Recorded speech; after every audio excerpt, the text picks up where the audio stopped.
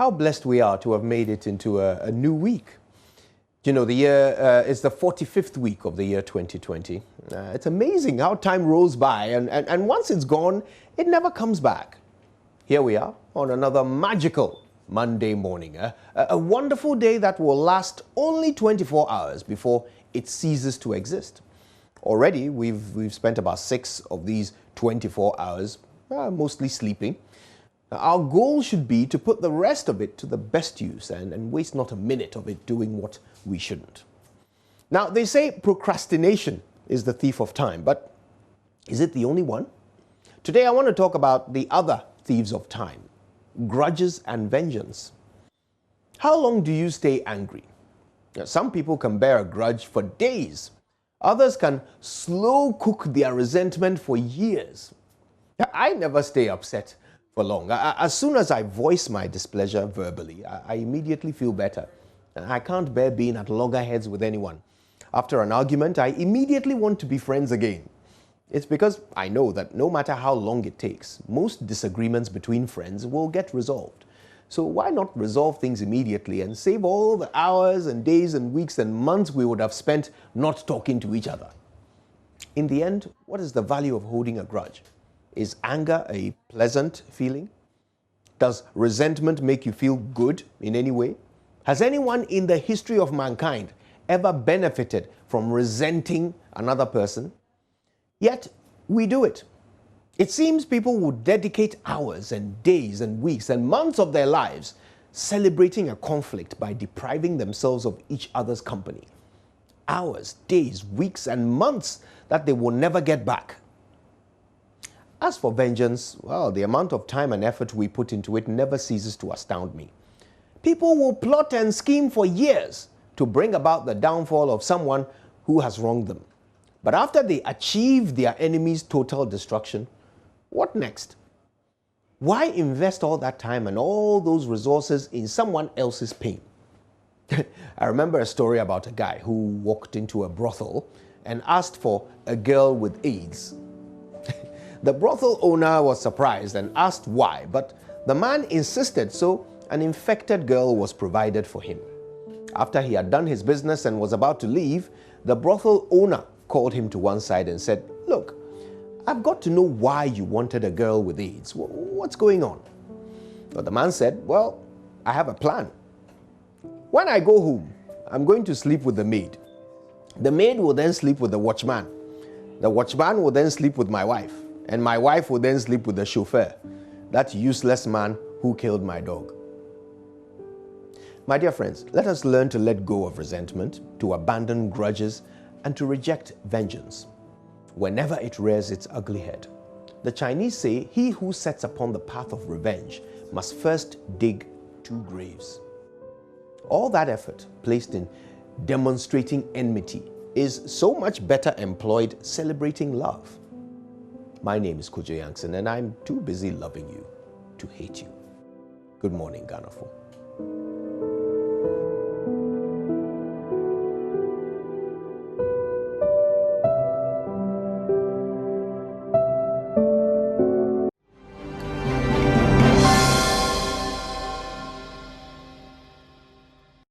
Hello, good morning, and welcome to the AM News with me, Mapita CBD. Now to our first story. Founder and presiding bishop of the Perez Chapel, Charles Ajin Asari, is urging politicians not to let loose political thugs on Ghanaians during the elections. Speaking during a visit by the NDC's vice presidential candidate, Professor Nana Jane Opoku Ajiman's visit to the church, he recommended Professor Opoku Ajiman for conducting, he commended, Professor Opoku Ajiman for conducting herself well on the campaign trail, but warned he will not hesitate to speak against the wrongs if they emerge. Maxwell Agbagba has more.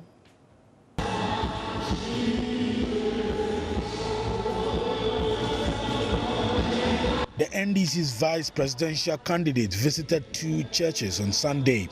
She was accompanied by Ayaso West Wogon parliamentary candidate John Dumelo, North Tong MP Samuel Okujeto Ablakwa, 2020 flag bearer aspirant Ekospio Gabra, former health minister Alex Sibifia, and many others. Founder and presiding bishop of the Perez Chapel, Charles Ajinasari, called on the security agencies and the Electoral Commission to remain professional. I hope and pray that the security agencies and the Electoral Commission would do a very professional and impartial job. They must not favor or support any one particular political party against the other. He wants politicians to ensure there is peace during and after the elections. In the next few days ahead of us, we will be going to the polls to elect our leaders who will lead the nation for the next 4 years.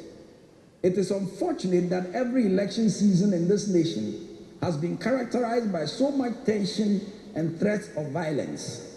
Since 1992, this has been the unfortunate cycle we have had to endure as citizens of this great nation. Let me take this opportunity once again to admonish our politicians, especially from the two main political parties, the MPP and the NDC, that this year's election should not unleash violence on us. The political parties should not let loose thugs and vigilante groups on the ordinary people. Let us experience a high level of civility on the 7th of December and beyond.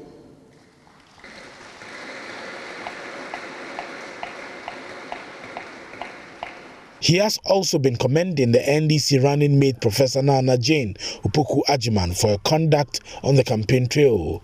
I have followed you briefly from the time you were chosen as the running mate of the NDC and how you have conducted yourself and your campaign. I have not heard you or read reports of you using insulting or abusive language on your political opponents, and this is worthy of commendation.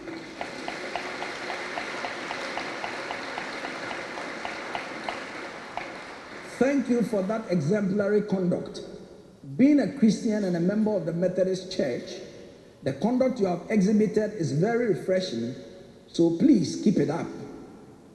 Let me say that as a man of God, just as I have commended you for what I see you doing well, the day you or your political party, whether while in opposition or while in government, fail to do what is right, expect that I will likewise speak out and not be silent. Away from that, small and medium-scale organizations venturing into tree plantation would soon benefit from a $7 million World Bank facility.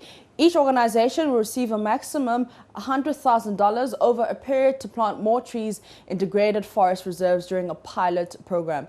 Technical Director in charge of forestry at the Ministry of Lands and Natural Resources, Musa Abu Drum, told Joy News the support is to encourage more private sector participation in plantation development. Wameka has more in the following report. One of the objectives of the 2012 Forest and Wildlife Policy is to promote private sector investments in the forestry sector, especially in plantation development. Officials at the Ministry of Lands say the private sector is more efficient in the management of plantations. But despite the potentials, the sector is faced with funding and land security issues. The challenges are being addressed with the promulgation of the 2012 Forest and Wildlife Policy, under which more degraded forest reserves are being released by the Forestry Commission for plantations. The ministry supports Form Ghana, a private firm involved in plantation, to access a $10 million facility from the African Development Bank. You can get funding if you can get secure land. We have a lot of degraded forest reserves. And that's what we are starting for security of land. And then the private sectors are more capable of accessing funds to support their purpose. So we are seeing through those objectives of the Forest and Wildlife Policy. We're moving from big companies like Form Ghana, who are efficient and can have big plantations, to small and medium-scale plantations.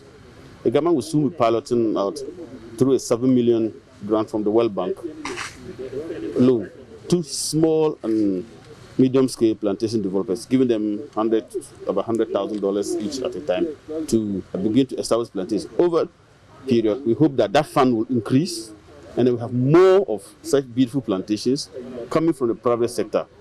Officials of the Ministry of Lands and Forestry Commission have been touring plantation sites of some matters and Form Ghana in the Bono region. Form Ghana has been working in the degraded Tyne 2 forest at Kota in the Bono region. The firm currently employs about 500 locals to plant trees on over 12,237 hectares of land. Managing Director William Forey explains the company's motivation for going into afforestation. It's a business, so there's a financial motivation, so it must make financial sense that we can make money out of it, but also to use that again to continue to grow the organization, because that is also for our first motivation actually, is have real impact on the environment, not just locally here but also globally with the climate change that we see going on. But in that, it is the finance that in the end will keep it growing.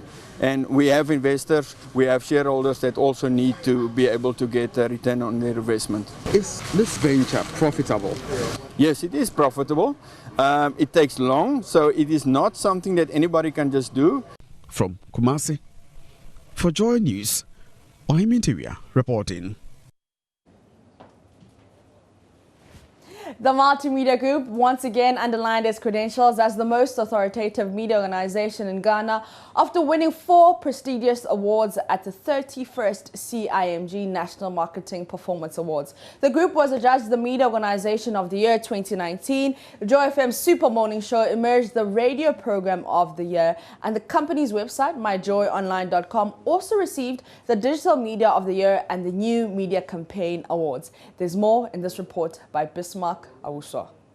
Congratulations to the Multimedia Group for picking up the Media Organization of the Year 2019.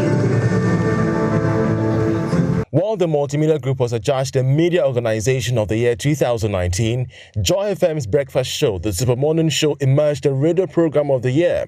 And the company's website, myjoyonline.com, also received the Digital Media of the Year and also the New Media Commercial Awards. Speaking to Joy Business, host of the Super Morning Show on Joy 99.7 FM, Kojo Yankson said the recognition underlines the Multimedia Group's credentials as the most authoritative media organization in Ghana. It's simply the result of hard work. You know, multimedia has really risen to the challenge over the past few years. You know, as competition has got stronger, it has become more and more important for us, the leaders, to up our game and keep our heads up and above the competition. And a night like this, where we have picked up 4 awards, is just demonstration that indeed we are still keeping our stamp on the industry, and multimedia remains the leader. Long may we do so. Kojo Yankson also assured the general public of a fair and credible coverage of the upcoming presidential and parliamentary elections. We've already laid out a plan for 2021 which is going to blow the minds of our audience, starting of course with the elections. Nobody covers elections better than multimedia. The election headquarters has been underway for some time. We're about to kick things into gear and cover elections this year like it has never been seen before. On his part, National President of the CIMG, Dr. Daniel Kasati, warned the business community against unauthorized award schemes.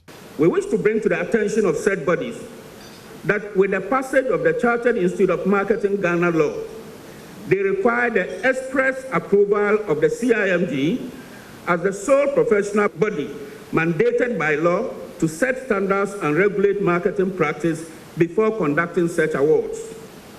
We also caution potential awardees of such illegitimate awards to always conduct the needed due diligence before accepting such awards.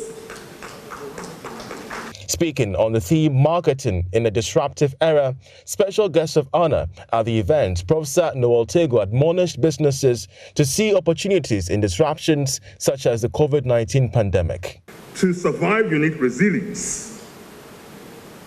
To revive, you need agility. And to thrive, you need to be innovative in the kind of things that you do. And the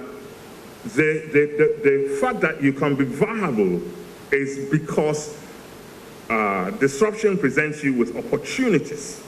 And you've got to be able to see those opportunities and work through those opportunities.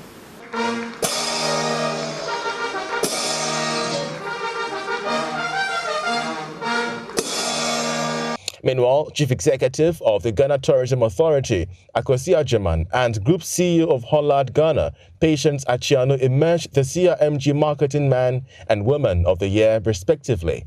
In all, about 48 awards were presented. Bismarck Awuse's report for Joy Business.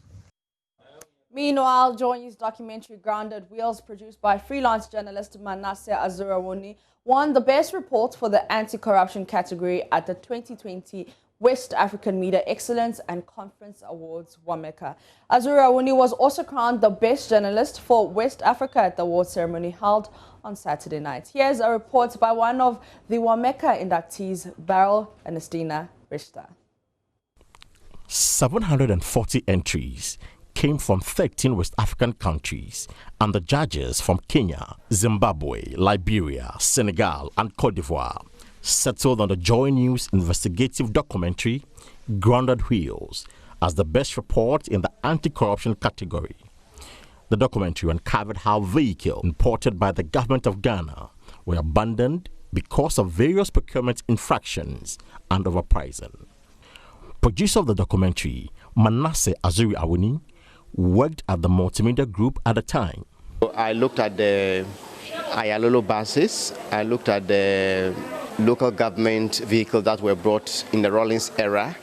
I also looked at the ambulances and also mass log procurement. So I delved deep, and before I realized, every one of them had procurement issues, and the vehicles were abandoned for quite a long time. So it was just to highlight how we waste money in this country, whilst also drawing attention to some of the very basic needs. 3 other Ghanaians were finalists for the 2020 edition of the awards. They are joining Solomon Jojo Kobna and Beryl Ernestina Richter, as well as TV3's Adjoa Adobia Owusu. Joy News documentary on cerebral palsy, produced by Beryl Ernestina Richter, was nominated for the health category. I feel so humbled in the first place because just within these few years, 3 to 4 years, to have gained this back-to-back nomination, then I think it's as a result of hard work and also teamwork at Joy News, because everybody played a role: editors, cameramen, drivers, everybody. I want to first of all thank God for bringing me this far, because it's not been easy going to the homes of these parents who have children with special needs, especially cerebral palsy. And I thank God for bringing me this far, and also to my family. They've always had my back. Meanwhile, Executive Director of Media Foundation for West Africa, Suleiman Abrahima, underscored the crucial role played by the media in these challenging times. Journalists continued and still continue to play the critical roles they have played in combating the pandemic, not because they are immune to the virus. Indeed, as we all do know, several journalists have gotten infected and many have died. Journalists stayed on the front lines because they had to remain loyal to their calling and committed to serving the public interest. The 4th edition of Wameka Awards was used to celebrate 20 outstanding journalists across West Africa. The winners were presented with plaques, certificates, and cash prizes. They would enjoy training opportunities from the Media Foundation for West Africa, organizers of the award. And that's it for the AM News with me, Mapisa CBD. The AM show continues with Mama Vio Usabwaje and Benjamin Hakakpo. Enjoy.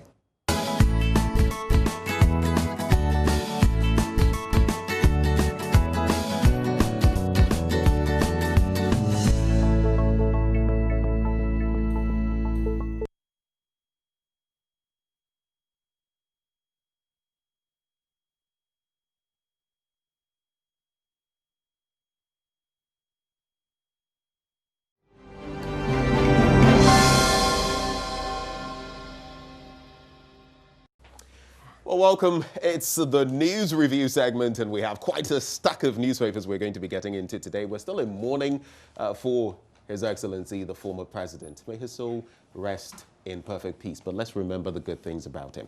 Well, I have the Ghanaian Times, the Daily Guide, the Ghanaian Publisher, Well, the Punch newspaper, the Business and Financial Times, those are the papers I have.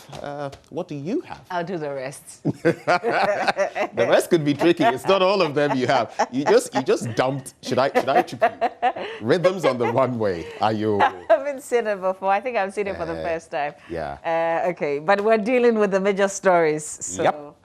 Okay, good morning. You're just joining us. You missed the news with Mapito CBD, but you made it in good time for the review of the newspapers. We also touch base with myjawline.com, and hopefully we can share the latest Donald Trump tweets with you. So let's begin with the Daily Graphic newspaper. Front page of the Graphic: reckless parking, articulated tracks create accident hotspots along Accra-Kumasi Highway.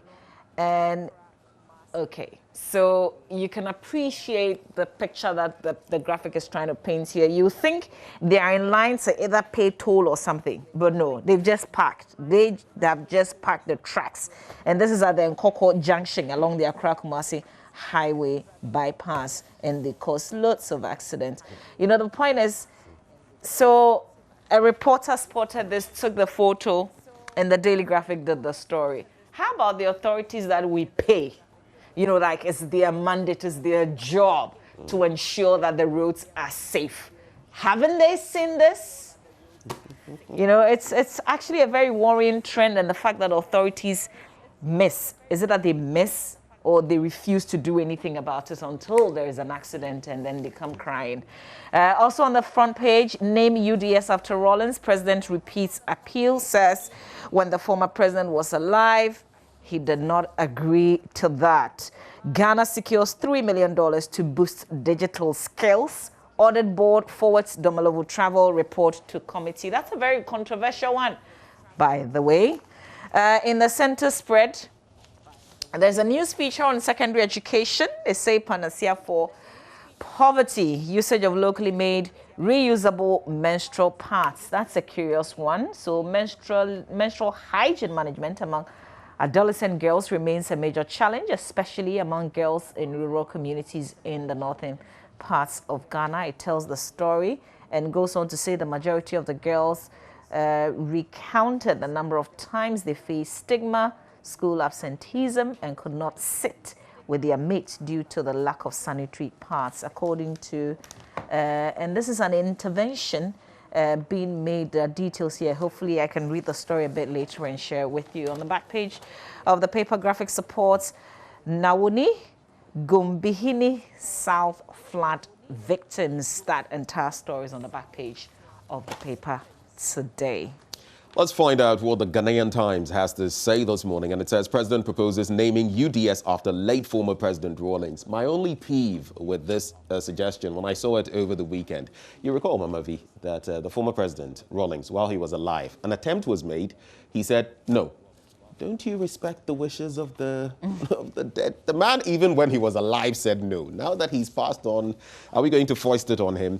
2019-2020 WASSCE results, first batch, Free SHS records best performance in mathematics. We'll be doing a bit of an analysis of that because, yes, mathematics and I think English, some progress there. But when it comes to integrated science and social studies, it's a bit of a failure rate there because lower than in 2019, in fact, much lower. We'll be telling you a bit more about that.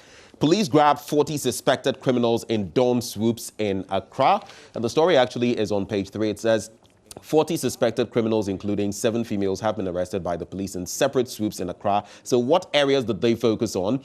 Airport, railways, Amasaman District Police Commands went to flush out criminals from their hideout, particularly in the Greater Accra region.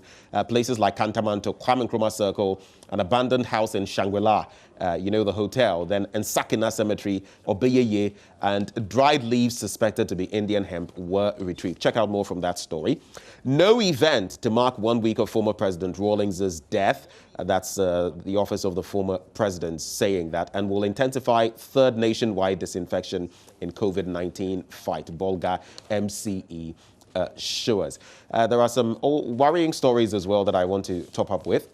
Man arrested for killing 2-year-old stepdaughter, and 3-year-old girl drowns in well at Ablekuma. So 2-year-old, 3-year-old, all of them perishing owing to well, some negligence on all our parts. On the back page of the Ghanaian Times, Legon City's Chelsea share points. It wasn't that good for King Faisal over the Legon weekend. Cities. Legon Cities. Play?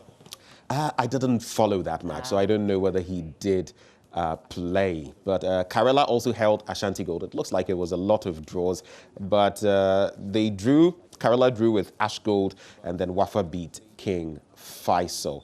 Let me see whether...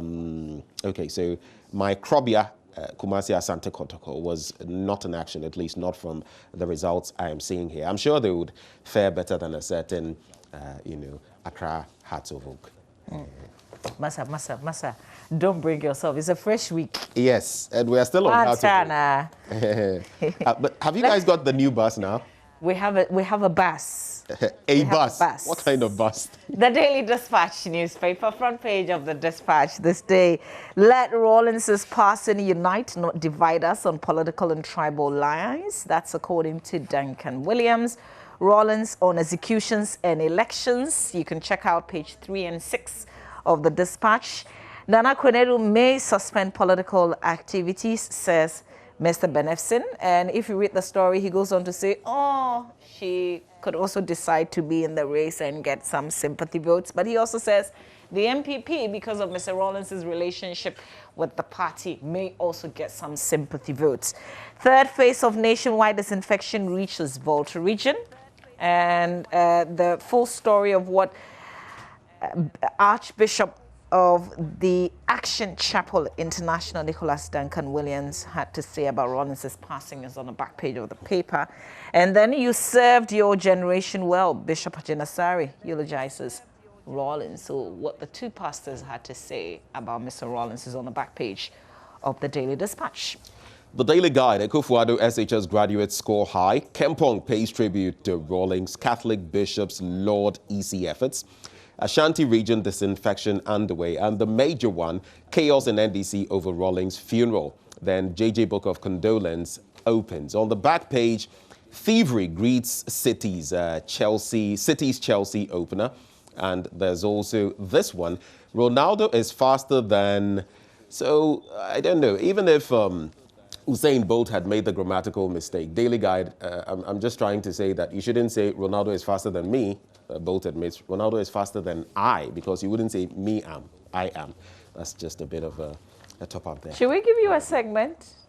A segment on English? Yes, sir. You know, I've had that kind of segment for about 5 years. On radio, huh? On radio. Okay. So let's bring it on television. We all can learn a thing or two. Let's do the Finder newspaper. Front page of the Finder, because we're finding a lot of these, right? NDC, the spies living Rawlings, but is fighting over his dead body. That's a quote. Who said that? We'll get into details of that. Free SHS graduates excel in WASI despite challenges imposed by COVID-19. Why is the president's picture coming along with this headline? But I'm sure you know why. That's the first batch of the Free SHS graduates. We call them, is it we? Or people started calling them, or the president did. Well, Nanado graduates. Business Development Ministry showcases success story. Cleveland Hill acquires NDK Capital Limited. I was checking the profile out. And our friend, my friend, Senyor Hossi, is executive chairman, I think, of this group that's just changed ownership. And a whole new board has also been put together. So you can check it out in the Finder newspaper. The Ghanaian Publisher, very quickly now. Some of the stories are repeated, so I'll avoid some of them. I can't read this banner headline because I don't feel it's apt, but ADB to increase agribusiness loan to 50%, that's according to its MD, and then 110 million Ghana cedis approved to pay legacy arrears of education workers. That's it with the Ghanaian Publisher this morning. All right, let's do the new publisher. So from the Ghanaian Publisher, we do the new publisher. RedSec warns election trouble mongers. I am not sick. Nana Kunedu denies being hospitalized. Hey, Charlie, the room was dear. Hey! Oh, what's for Ghana? And I guess if she had not appeared the way that she did when President Akufo-Addo and also when the former president, John Mahama, paid a visit. It would have been. So, yeah, because it was just... But what happened with the book of condolences, though? I mean, it just evaporated. Let's do the stories on the front page of the new publisher. NDC on warpath over Rawlings' death. Nunu Mensah pisses in. Oh, Ghana's digital transformation agenda makes impacts. Don't worry, I'll share a bit of the Nunu Mensah pisses in with you once we go through all the headlines. Right, on now to the Punch newspaper. An NGO donates hospital equipment to Brekusu Health Center. NDC dares President Akufo-Addo over a JAPA deal that is still in the mix. And then win the seat for NDC charges Joyce Bawa Mokhtari. On the back of the sad passing of our former president, a lot of party faithful have been charging that the party should actually win massively to actually celebrate him. Stop the politics of Rawlings' legacy. And NDC GM gets Eagle Party endorsement for 7th December 2020 elections. I didn't know they were still in existence because I thought they had been subsumed under the NDC. But in recent times on Campaign Trail on Joy Prime, you know, I interacted with some of them and they were saying, oh, they're still very much, in fact, they have card-bearing members and quite a number of members across the country from what they say. But when you go to page 3, there's a punchy story there. This fake love NPP is showing Rawlings today is legendary. Efua Adobo, she is actually a parliamentary candidate aspirant of the NDC, and she's been saying that. That is in Ayawaso, West Wuogon. That's it with the Punch newspaper. Ben, Kevin Taylor. Mr. $1 million. Who sued him? As far as I know, there was a Gabi, bit in there. All right, so I'm asking because of the banner headline in the Daily Statesman. We'll check it out when it hits your screen, the Daily Statesman newspaper. Are you going to take that one, though? Because when I saw it, it says... Anyway. I'm just intrigued by the fact that, you know, they're doing a story on him, like they're quoting him. Okay, all right. They're quoting him now? Yeah, that's what it is. So what we're talking about is right there. Left alone under attacks by Kevin Taylor. Mahama NDC now in crocodile tears for, well, quote, coward modern day Judas, unquote, Rawlings. You might want to find out what that is all about in the paper. And then Free SHS records big success. First cohort of student makes best WASSCE results in recent times. So I suppose with that headline, you know, they are talking about the fact that party faithful and those they cite there felt Rawlings was a Judas. And now that he's dead, they are shedding crocodile tears. That's the whole... But so I find it thing, right? very unpalatable, the way it was couched on the front page. If you don't have that, you will think, Charlie. Well, my final paper, let's do some business stories from the Business and Financial Times. Industrial salt export to add $1.2 billion to NTEs in a decade. Current earnings only around $5 million. VRA was celebrating them recently, poised to enhance power stability, security. And then 80% of businesses expect recovery by June 2021. Shall we dig in?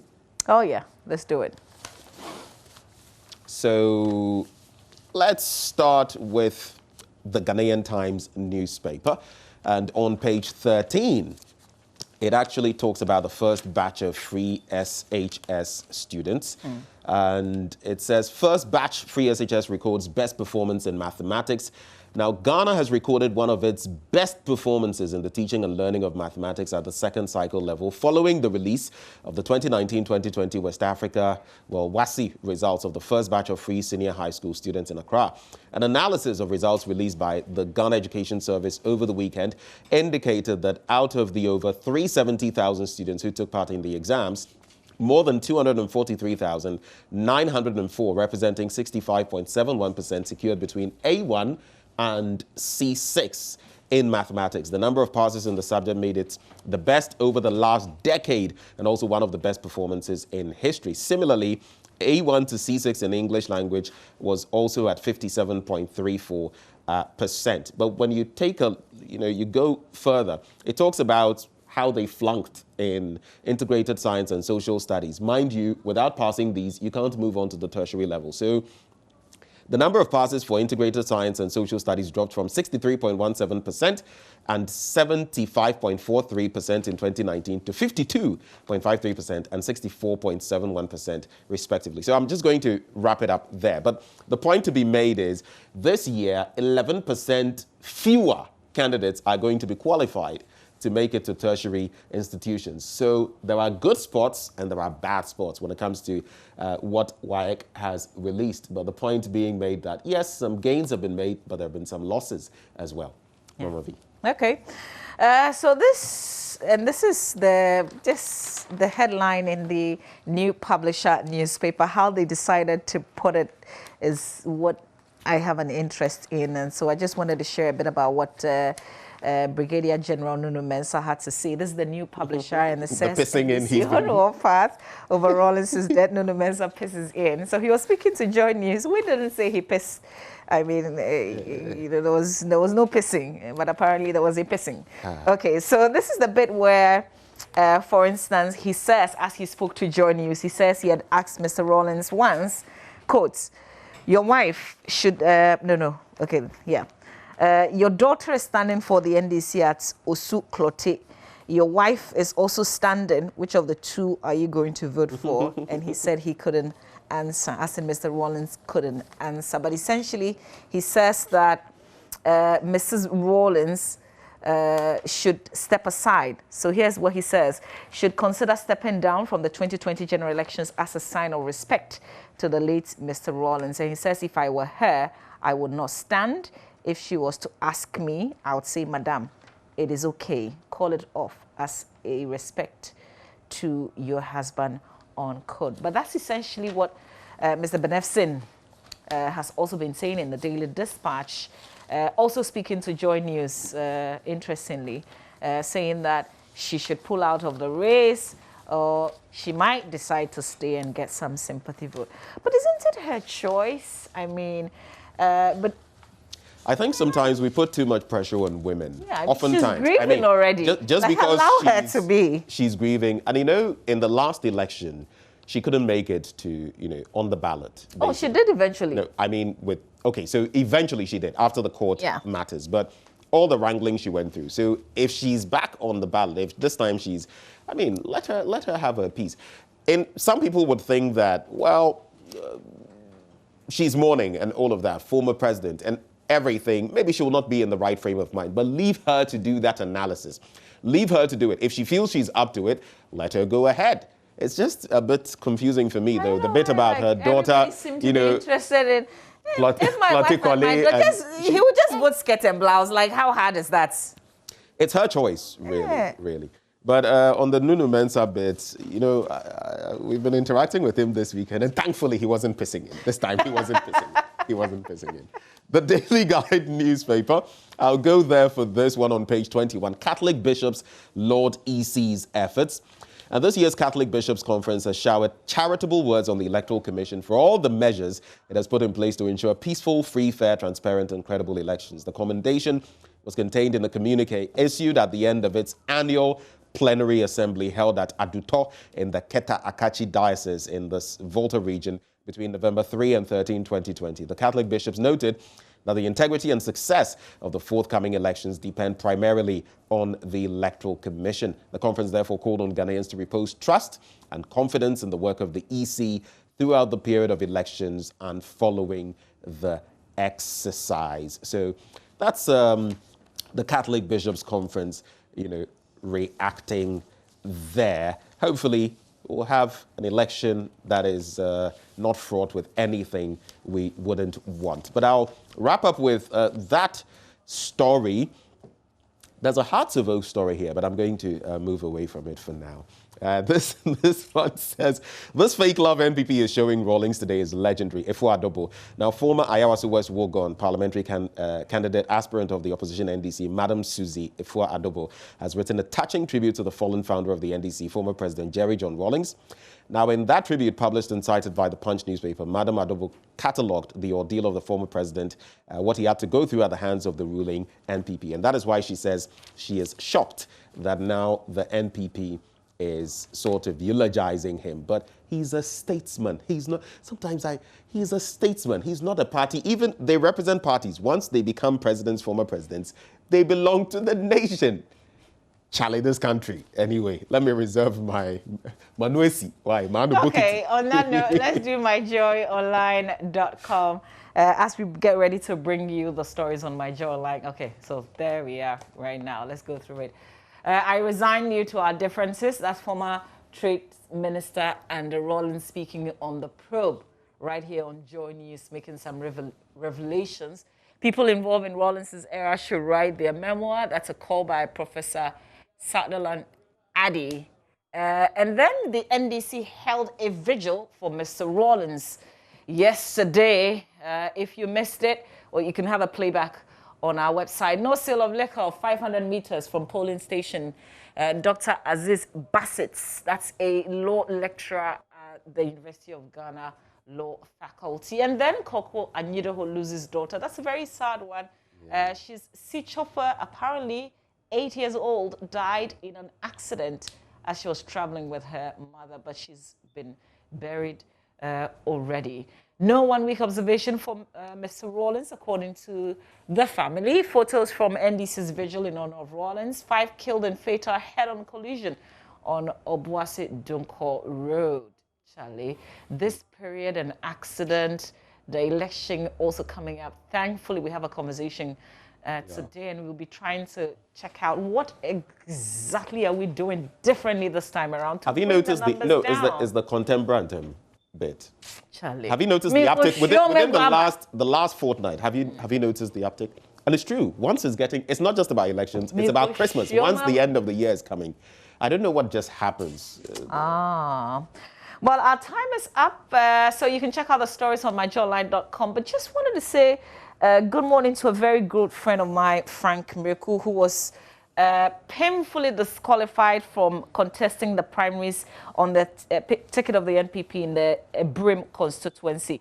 But, you know, he's turned that painful defeats in a good way. He's been making donations to some of his friends who are candidates. Who made it? Who made it, exactly, who are standing on the ticket of the NDC. He made one donation last week, and this weekend he's also made a donation to Joseph Frimpong of Nkoko, that's the parliamentary candidates, and then John Osei Frimpong of Ibrim, helping them, you know, with their campaigns, with vehicles, cash, and sometimes... There's one person who can learn a big lesson from this gentleman. You know who that person is?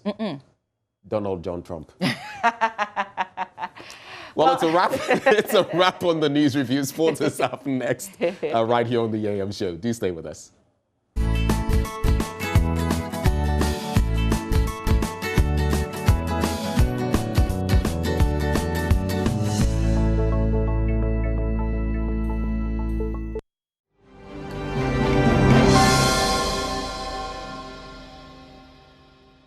Hello, good morning and welcome to the AM Sports. Well, the Ghana Premier League did kick off over the weekend, and so far we've seen 6 games played at the local scene with 21 goals being scored so far. It's been a goal fest, and we certainly hope for that to continue when Liberty host Bechebe United today, and then we'll see the second match between Dreams FC and Inter Allies at the Accra Sports Stadium. But it's now time to recap what happened over the weekend as Karela travelled all the way to Obuasi to hold Ashanti Gold to a 2-2 draw at the Lenkley Stadium.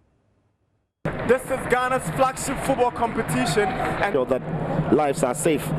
I'm 2021 Ghana Premier League season, and there the whistle goes. Diawisi Taylor kicks off. What are your expectations for this game? Dikal Hassan, Umar Bashiru. Here is Karela trying to move men forward. Diawisi Taylor, this can be dangerous. Karela!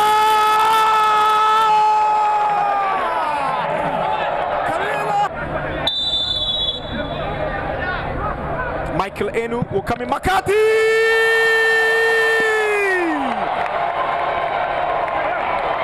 Brilliant goal from Apia Makati, and he's brought the minus back to level terms. It's Ashanti goal. Amos Kofin Kroma. Now that's some lovely play from Ashanti Gold. This is Abdul Bashiru with an in-swing goal! Ashanti Gold are up by 2 goals to 0. That was brilliant from the left wing can always trust him with his turnarounds.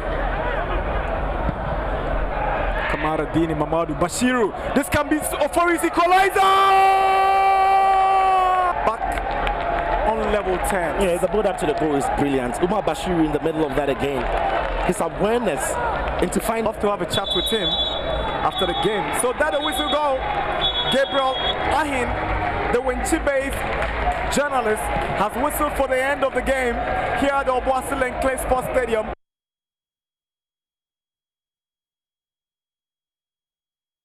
Well, this was just one out of the 6 games that ended 2-2, but I did mention that there was a goal first right across the country as there were numerous incredible goals scored on the day. Let's now recap and remind ourselves of some of the score lines that went on in match day 1 of the Ghana Premier League. Asante Kotoko were in action yesterday as they failed to pick up all 3 points, but in terms of the results so far, the Kotoko match, as I did state, Kwame Poku put Kotoko ahead early on in the game, and then 11 Wonders equalized in the second half. Wafa versus King Faisal. Wafa actually had a 4-1 lead, and it was very, very close, that one. King Faisal closing in the latter stages of the game. Ashanti Gold Karela, we just showed you highlights of that. And the 2-2, Legon Cities couldn't capitalize on their home game as they drew with Brekum Chelsea 1-1. Great Olympics also secured a good draw away as they faced Mediama. Abusia Dwarfs versus Elmina Sharks ending 2-2 there. And also we'll be seeing games today. Liberty Professionals versus Bechem United, and then Inter Allies versus Dreams FC. The game between Aduana Stars and Hartefolk has been postponed with no date set yet.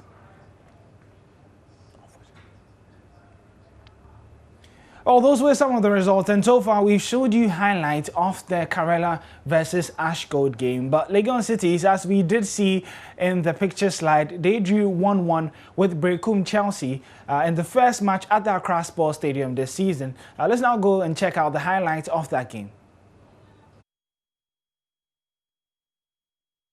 Gives us the signal, and so away we go. First touch from Adu, and Brekum Chelsea would have to move on. Strong run there by Abeidu. Abeidu is still down. Referee would blow his whistle, and I'm sure this directive is in line with the CAF directives for matches that are being played on the African continent, regardless of whether it's the league, the African qualifiers, or what have you. Brekum Chelsea will see a lot of midfield action now. They get the advantage of a free kick. Legon, and referee is ensuring that the wall is there. Kodo leaves it, and that was a tricky one indeed. Coach obviously not too happy. Well, the deal is Brekum Chelsea are closing in pretty well. They were a little bit at the back when the pressure was coming in from Legon Cities. Now they've settled. You've seen some of the runs there from Abeidu. You have him put pressure, and then you're expecting to see so many of those runs there from the centre forwards. And Owusu coming with this ball. If Owusu dummies still has the ball, he's pushed off the ball, and referee would give a penalty. Yes.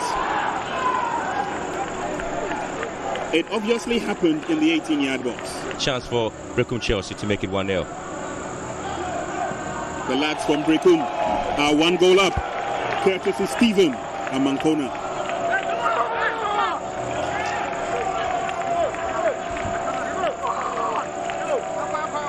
Because Kofi Owusu, Stephen Safo are going to give you a lot of overwork to do. And hoping that Brekum Chelsea's home dominance will also be brought to bear. Last tete-a-tete involving head coach Hesse Odampton. What a name he made for himself in his heyday with Accra Hearts of Oak. Player goes down, and the referee rightfully awards a penalty to Legon Cities. Poor defensive play again. 2 centre-backs have made very poor judgment there. It was Joseph Ajay with that foul, and then there was a penalty for Brecum Chelsea. And here you are again with Brecum Chelsea also committing similar foul there, and they have a penalty to deal with. It's absolutely unpardonable, and this is something that they need to deal with. The Lagos Knights have it. 1 goal apiece. Well, 1-1 it ended in Legon City's first game. The big story coming out of that is that Samuel Jan was not part of the matchday squad, although he had a seat right by the team, and he was with them in the bus and then, you know, in the dressing room as well, motivating the players. It ended 1-1, as you can see in your shot there. Let's still stay with the Ghana football, and Kumasi Asante Kotoko have been given a huge financial boost after signing a bumper deal with electronic giants Hisense. Now there's more in the following reports by Joy Sports' Asari Bediako. Hisense is the official electronic sponsor of Kumasi Asante Kotoko after signing a 3-year partnership agreement with arguably the biggest football club in the country. The deal is the 8th sponsorship package under the Nanaya Amponsan-led management after deals with Instant, Vio, Next Level Energy Drink, among others. Revealing details of the Hisense partnership, Kotoko CEO Nanaya Amponsa thanked the electronic giants for coming to the aid of the club in the wake of COVID-19. Hisense are giving Kotoko 3 million cedis in cash and products over a course of 3 years.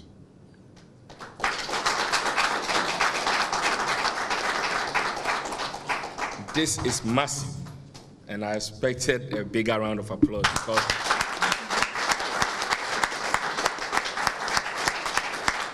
in this COVID era, institutions, many businesses are struggling. Even pre-COVID, it wasn't easy to get an institution to invest such a huge sum of money into football in our country. So for Hisense to commit to put in such a huge amount during this period, we can only pat them on their backs and say thank you very much. So a breakdown of the 3 million is 1 million a year, 1 million cedis every year. Hisense is supposed to give us an immediate cash of 500,000, and I can announce with all joy that the initial 500,000 has been paid and it's in the accounts of Asante Kotoko. Former Togo and Arsenal striker Emmanuel Adebayo, who is a brand ambassador for Hisense, foresees a longer relationship between the company and the Porcupine Warriors. Today, there is a marriage between Hisense and Ashanti Kotoko. And I'm hearing 3 years, after 3 years, I think we should focus on the future. Maybe after 6 months, they will change it for 4 years, maybe 10 years, maybe 15 years. But I'm pretty sure the way I talk with Mr. Hisense himself, the boss, is gonna be for 10 years, 15 years, 20 years, I don't know. But we should all remember one thing also, is what we're doing here. We're promoting Hisense at the same time Kotoko. But don't forget, we are promoting Ghana football. Apart from packages for Kotoko's goal of the month and fan of the month, any player who scores a winning goal against Asante Kotoko will pocket 5,000 Ghana cedis.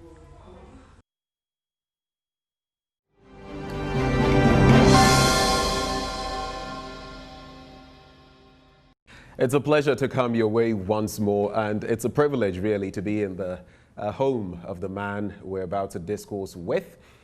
He is going to be sharing his thoughts on former President Rawlings of blessed memory, but we're also going to be talking about state affairs. Now, the person we're going to be interacting with, I am going to be interacting with, is a statesman in his own right.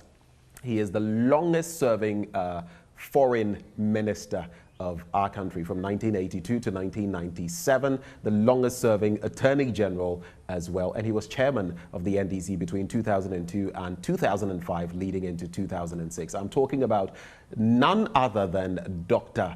Obed Asamoah. He really needs no introduction.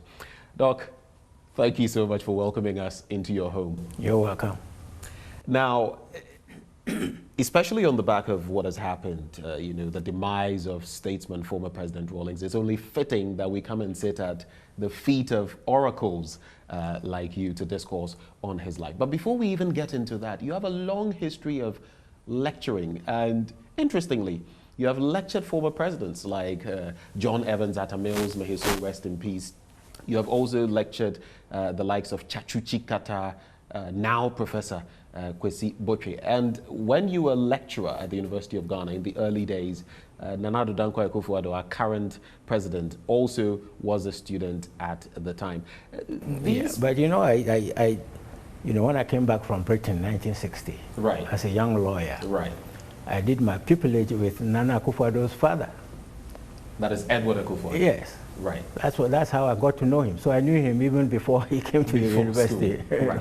Did they turn out, looking at them today, the Chachus and the Professor Botwes, did they turn out as students of yours the way you thought they would? Oh yes, I think they've all performed well and you know, have shown scholarship and integrity, and I think they've come out the way I expected them to.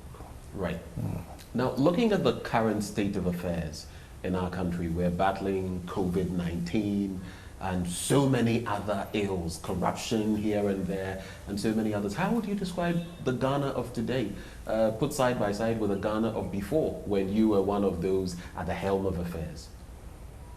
Well, it's at our time, you know, because I served under President Rawlings. I mean, you know, I believe that the political atmosphere was a little more honest. Honest? Know? Yes. I mean, you know, you couldn't be corrupt under President Rawlings. I mean, you would be out of office in no time. You hear your name on the radio that you've been dismissed, you know. So at that time, I think that the kind of things that are going on now, which actually went on before, because after all, he came to correct some of the mistakes of the political class. Those things have returned again. I mean, you know, during the time of the Nkrumah, right, I mean, corruption was very colossal. Nkrumah also tried to correct it. I mean, you know, but it was difficult for him to do so. We had the instances with Kwabwe Duse and yes, many others, and so many, £3,000 exactly. in bed of his wife. Yes, you know, Nkrumah tried, he tried, but it was very difficult. You know, when you have a situation of people of nouveau-riche, you know, people who've come to work for the first time, they tend to grab with both hands and feet, you know, and Nkrumah tried, but it really didn't work too well. And then, of course, we had the interruption of the soldiers. You have the NLC coming in, and then, you know, then a champion coming in. And of course, then you started having the corruption of the military as well, right, you know. So President Rawlings came more or less to not only to let the civilians realize that there should be certain standards in politics, right, but also was the soldiers to realize that there should be some standards in politics if you want power. Right, but even under Rawlings, I mean, the quality grain incident, for example, happened. There were instances where people were blamed of corruption and all that. Are you suggesting that under the Rawlings regime, I don't know whether pre-1992 and the Constitution and the 1993, you know, when the Fourth Republic took off, or after that portion, are you suggesting there were no activities, palpable activities of corruption, corrupt officials at the time? Well, there were some allegations about corruption, but it's not like you can find now. I mean, you wouldn't have found a thing like Ajapa and JJ, or you couldn't have had a thing like the Airbus business under JJ. It didn't happen. But the quality grains case, there were some allegations that there was some corruption or something, but it wasn't really proved. And, but people were jailed for that. People were jailed for the quality grain saga. In fact, it turned out to be a charade of very great proportions, nationally speaking. What was promised was not delivered. Gargantuan sums of money were pumped in there to this foreign person, this lady who came into the system, and people actually were held culpable for that. Yes, but I believe that with regard to the political class, it was mainly issues of error of judgment. Right. You know, I mean, for example, that woman that came in, and then the whole state was dealing with her, and everything was, but then, you know, it was wrong, you know. But I think that people had good intentions, but I think they used the wrong actors to achieve those ends. There is a saying that the road to hell is paved with many good intentions, and sometimes the people who serve under a president end up, you know, affecting him or her in the decisions they make. But especially because you bring in a Japan, and we were going to talk about it, but since you've started off on that tangent, let's do, and maybe Airbus as well. A lot of CSOs have said that this entire arrangement, when it comes to a Japan, might be an Ejabone system because there are so many flaws, apparent flaws. In recent times, we've had the special prosecutor, Martin Amidu, also come out to say in his risk assessment that there was bid rigging with regard to Imaran and data banks involvement, and a whole hodgepodge of matters that do not smack of the right processes being followed. Yes. What is your take on the Ejapa deal? And even as you deliberate, do you think we should be sending it back to Parliament, or should we do what the NDC and the CSOs are saying? Abrogate it, throw it out. It should be abrogated and thrown out. I mean, really, this is one of the most obscene acts, you know.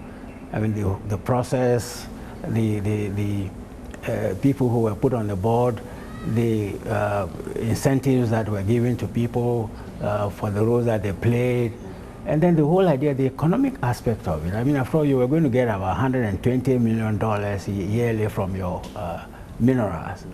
Now, you've just somehow put all that together and, you know, put it out somewhere for so many years.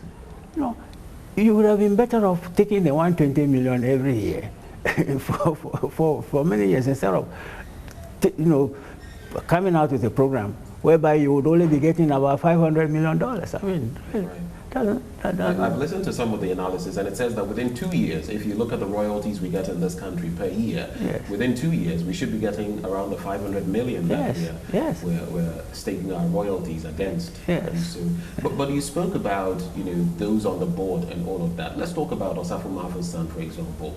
Is it not a matter of merit qualification? He is one of those, and it's been said. Gabi Asare Otridako and others in the MPP have said that if he is qualified, let's let the person do it. What is the problem with that? Well, was there open competition? That is the issue. They suggest there was. Well, and that he qualified, having gone through the systems. Well, they will have to demonstrate to us, because there are so many others who are qualified who never heard about it. You know, so I think that is where the problem is. Right. You know, but I think that that whole deal has to be thrown out. I mean, really, taking it back to Parliament is a waste of everybody's time. The special prosecutor, though he was not meant to do this, also added that he suspects, in fact, to quote him, he surmises that government official one is John Dramani Mahama. I'm sure you followed the Airbus scandal and everything to do with it. How do you feel about that? Well, there isn't any specific mention of him, of John Mahama. Although if you read the report and all that, it's kind of points at him.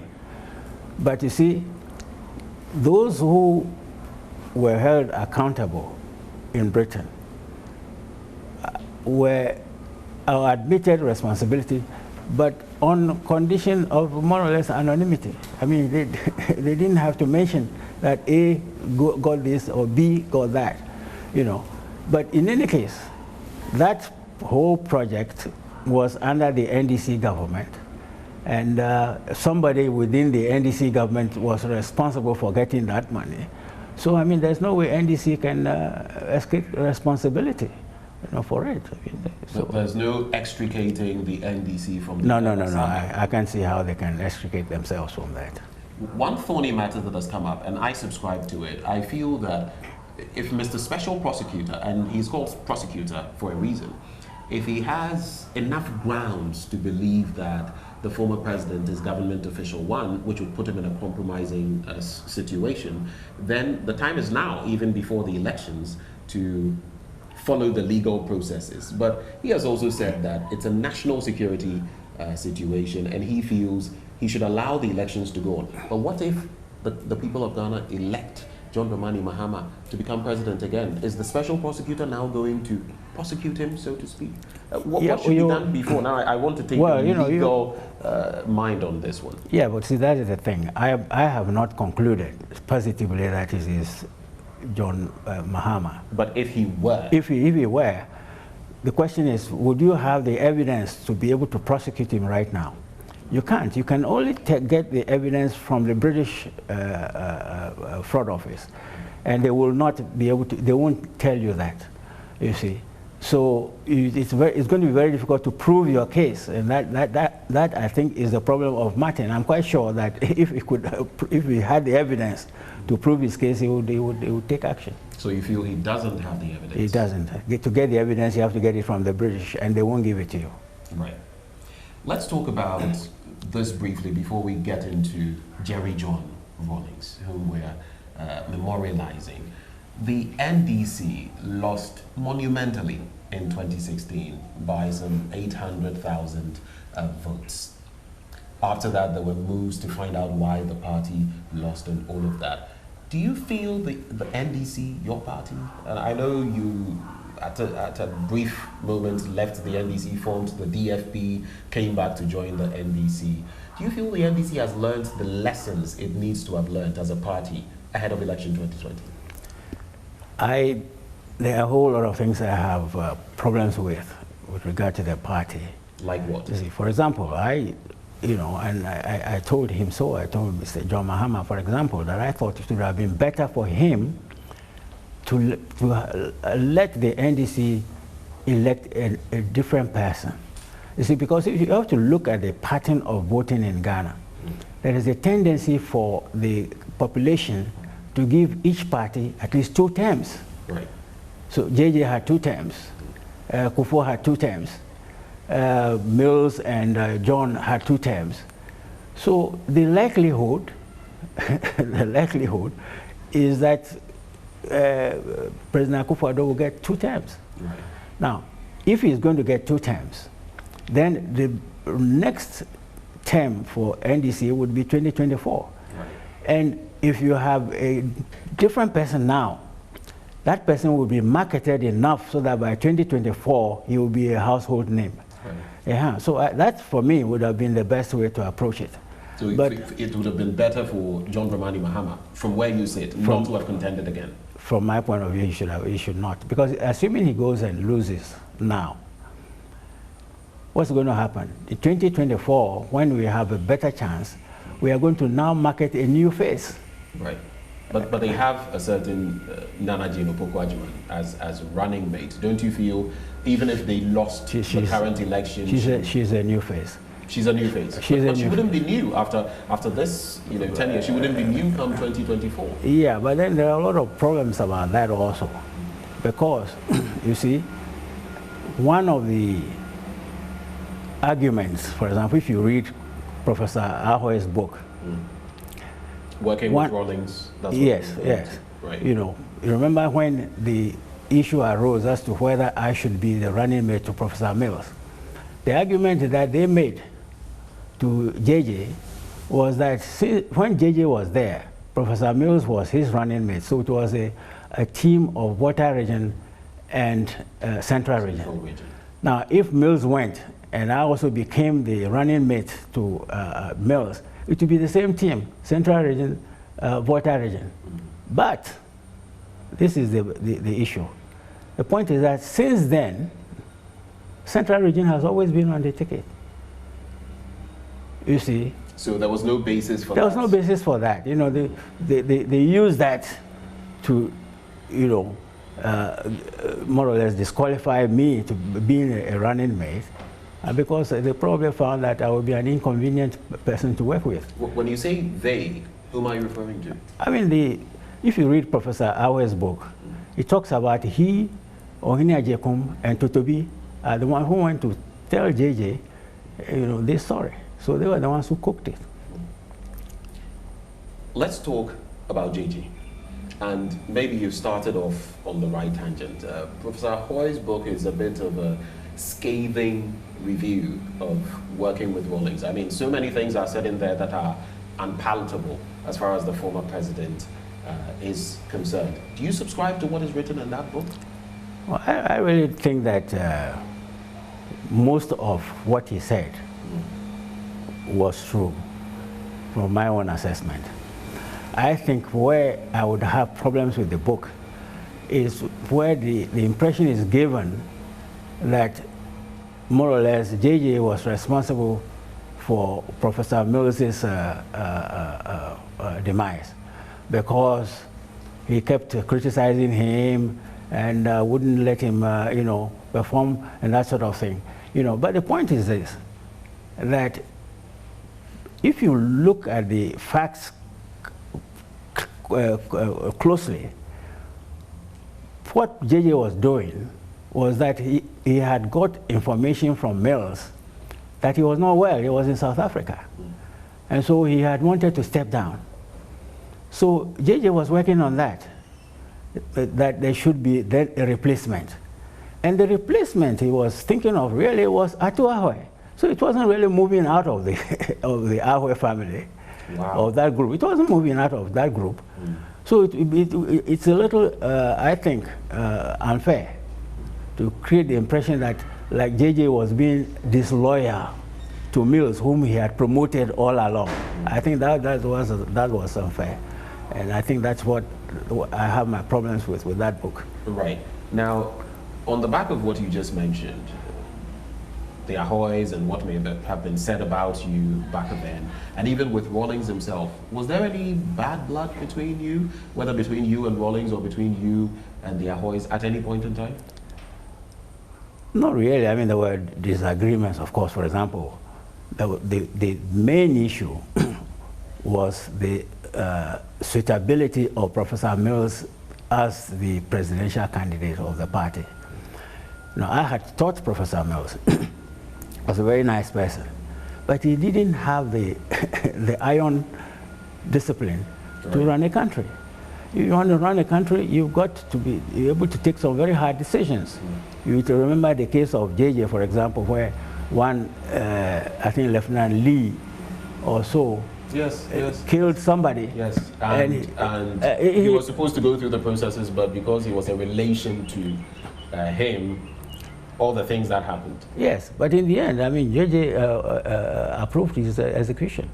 But that was actually because it was brought back. The people felt that, no, other people who have been accused in the past, this is what has been done. It can't be different because this is your relation. So in the end, the council had to look at it, and JJ had to be the ultimate person to sign off, and he did sign off. Well, Professor, that Lee was not JJ's relative. Lee was a friend. What was said at the time. No, it was not his relative. He was just a friend. That Lee was the son of a dentist, an American dentist, who was in Ghana at that time. That's what I know. I don't think that Lee was related to the former president. Maybe, at least not directly in terms of a bloodline, So, but I mean, it must have taken a bit of doing for JJ to approve his execution. I mean, really. You need. Mills lacked that toughness. He couldn't. He didn't have that kind of thing. He's, he's quite religious and, takes the attitude of a person who is compassionate and that sort of thing.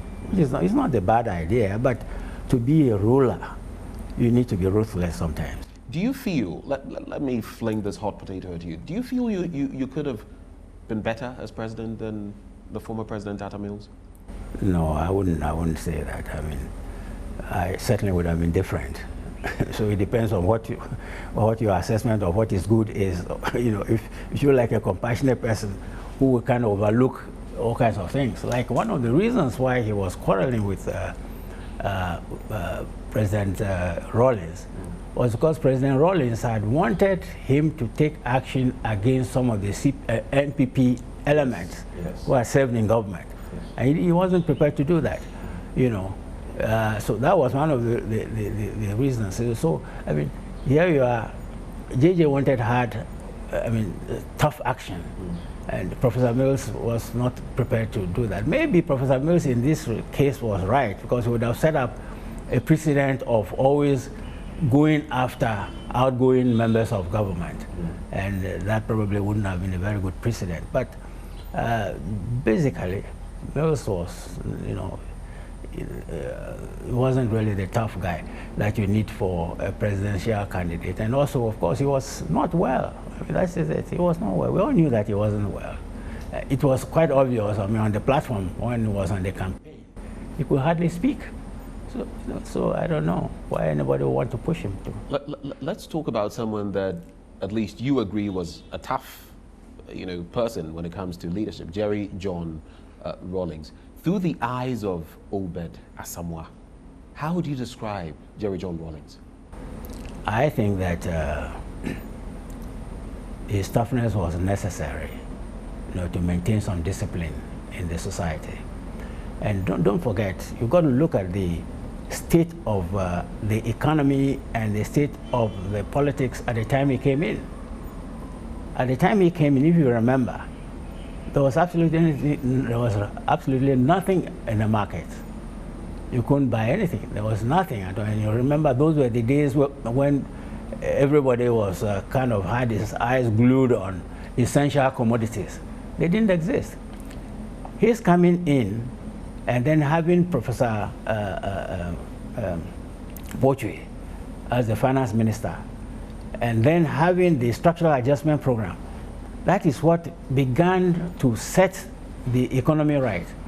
Instead of relying, as previously, on control prices. You know, when you control prices in an economy, everything goes wrong. You've got to allow prices to be controlled by market forces.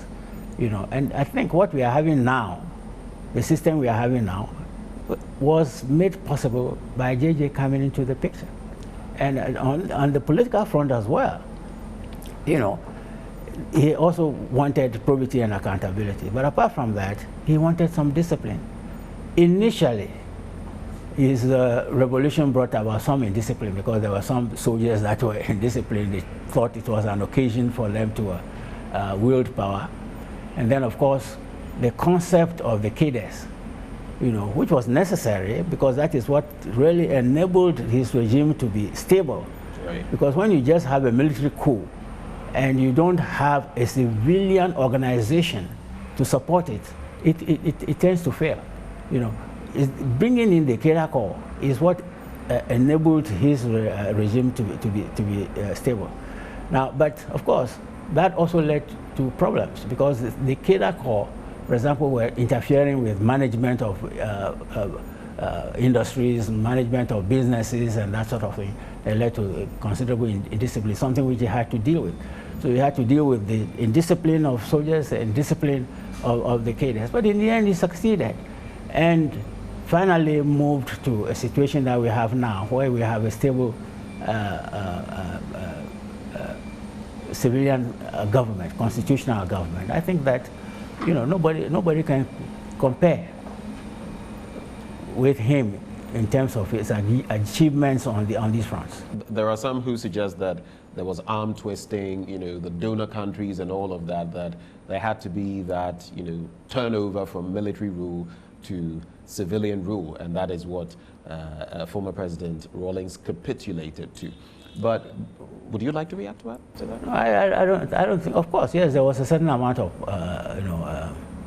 pressure for return to constitutional rule, which he couldn't ignore.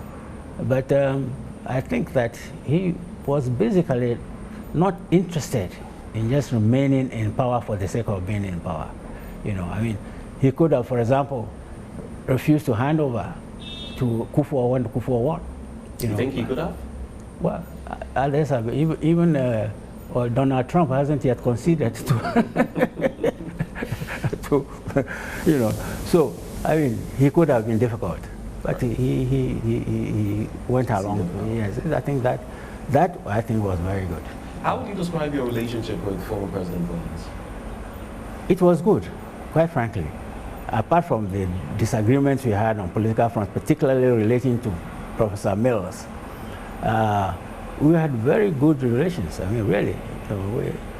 What was the disagreement with regard to Mills?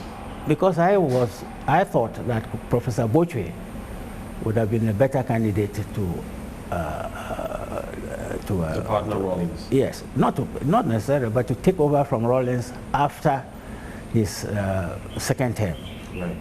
That is at the point at which Professor Mills came in, you know. But Professor Mills, of course, had been his running mate for about 4 years, you know.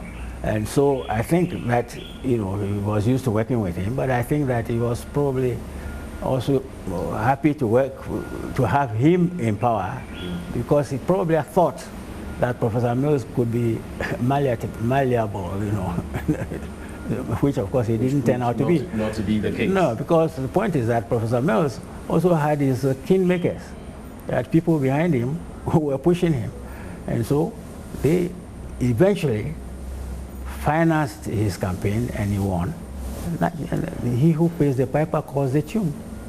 After 2005-2006, when you left the NDC as far as chairmanship is concerned, you formed the DFP. Yes. Was there a fallout between you and former President Rawlings? Well, on that, again, it's all that arose from these Mills and Kosi Bochwe affair, you know. Yeah, I mean, then there was a fallout.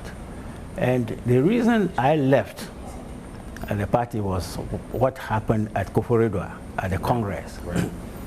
It was clear at that Congress that I was in the harm's way, and some people were plotting more or less to, you know, in fact, the rumor was that they were planning to pour acid on me at the end of the Congress. So in the middle of the Congress, at some stage, the security elements came and told me that they would take me out of the Congress hall. Otherwise, if we were to stay there until the end of the Congress, I would be harmed, you know. So at that stage, at that time, of course, you know, JJ was on the other side. I mean, it was with those who were against me. I don't know what role he would have played in this kind of devilish plan. I don't think that he was involved in that one. I think it was done on the, you know, by those who believed in that sort of thing. But you know, those who did what they did to me in Koforidua were the very ones who also manipulated the Sunyani Congress against Jerry's wife. Really? Of course. You feel that Congress was manipulated? Of course. I mean, she lost by a landslide. Yes, but the point is the way that she was treated. She and JJ were humiliated. They didn't have to be humiliated. You know, JJ and the wife were brought into the hall, for example. At the time, they were saying prayers. To avoid people making JJ, you know how you know his name always a kind of aroused enthusiasm and that sort of thing. You know, it was manipulated. You know, I'm not saying that Mills wouldn't have won, but I think that it could have been done in a way as not to have humiliated them that way. And then since then, so many statements and things that condemned him. You see, in the end, the JJ had become more or less dissatisfied with the NDC and had moved. There was now a distance between him and the NDC. And it has reflected in the developments that we have been seeing. For example, with regard to the burial of his mother, the NDC didn't feature much. You know, when they had a state ceremony, the NDC didn't feature much. In fact, even President John Mahama didn't come to the State House. He went to Jolokofe. Wouldn't it be because of some of the scathing attacks, rampant attacks of the former president on the party he founded? Well, I don't know why he didn't come. I think that he should have come there. That was a state occasion. He should have come there. And in the end, he went to Jolly with a whole crowd of people, and looked like they were having a rally. You know, that I don't think was good. And you see what is happening now. Right. You see what's happening now. When they wanted to sign the book of condolence, they were told to go to the International Conference Center, to NDC, that's the NDC leadership. And they went there, and when they went there, the room was locked. And they said the book had been taken away. And then they were asked to come back on Monday. So they decided to go and open their own book of condolence at the party headquarters. Now that shows there's some very unpleasant relationships between the party and the Rawlings family. Some have suggested that it is not the party, maybe it is the other side, maybe the MPP. No, the MPP could not have done that. I think the MPP would be reflecting the wishes of the family. Right.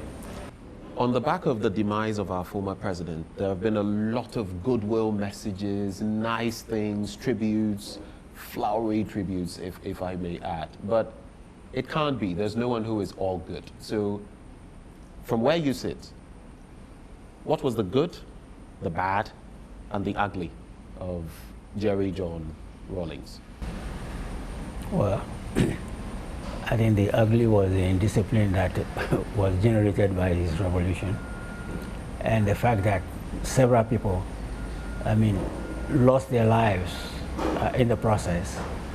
And over the years, you had, like, for example, you remember the execution of these former heads of state, that sort of thing. That, I think, was unfortunate. You're referring to the generals? Yes, the generals, That was unfortunate. That was unfortunate. But do you feel the former president necessarily sanctioned that? No, I believe that he was probably under pressure from the other ranks. That's what I think happened. I can't prove it.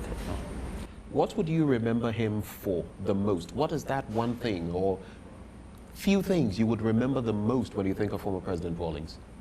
I think his honesty and his honest belief in the good of the country. I believe that he had very good intentions. He was selfless. It's not like where you get politicians leave office and they are very wealthy. He never acquired any wealth. In many ways, he was like a Nkrumah or a person like Castro, which was a very good thing. You don't often find leaders of that nature, so that was good. And I must say that on the personal level, if you get close to him, he's very pleasant. He was very pleasant. You could make jokes, you could make crack jokes, you could laugh, and I remember, for example, I hadn't been to his office for over 20 years until recently, when the Council of Elders was considering how to constitute a new executive. And previously what we used to do was to make sure that we had candidates from all the regions so that the executive looked balanced, which we don't have now, because we couldn't do that. And actually at one stage, JJ himself was suggesting that we should go back to the old system so that things will look balanced. So the Council of Elders appointed a committee of which I was made the head. But before we started performing, he had issued some statements somewhere, which was, his usual boom things. So I was a little offended. So I said, well, look, I don't want to operate under this kind of circumstance. So the Council of Elders said, look, you go and discuss the issues with him. You see, now when I went to his office, for the first time for about 20 years, you know how he introduced me? He introduced me to some gentlemen. They said, Obeda Samoa is a dictator. So I really? said, yes. Former President Rawlings referred to you as a dictator. So I said, between you and I, who was more of a dictator? He burst out laughing. So it was a joyous occasion in the end. Wow. That's the sort of person he was. He said it out of, I mean, he was just making a joke. He knew that he was more of a dictator than myself. But Did you actually think he was a dictator? Well, I mean, to some extent, if you really to be a leader, you would have sometimes just to put your foot down on certain things. I think to some extent he was. You've also said, I mean, very currently, that you feel he will go down in history as one of the greatest presidents in Ghana. Oh, yes. Do you think maybe apart from Nkrumah, he's the best we've ever had? I think so. In terms of the transformations, I think he is, yes. He would go down as the best we've had so far. I mean, apart from Nkrumah. Nkrumah certainly was a towering, personality. But after him, I think JJ's transformation of the society was, quite impressive. So many people have said so many things about the man JJ as a military ruler, as a democratic ruler. Do you feel at some point we've been too harsh when it comes to, the sort of rhetoric out there with regards to the former president? I think so. I think some of the rhetoric, particularly from some of the NDC persons who felt that he was kind of moving away from the party and thought that he was being more sympathetic to the NPP. Some of them really have been very unkind in their comments.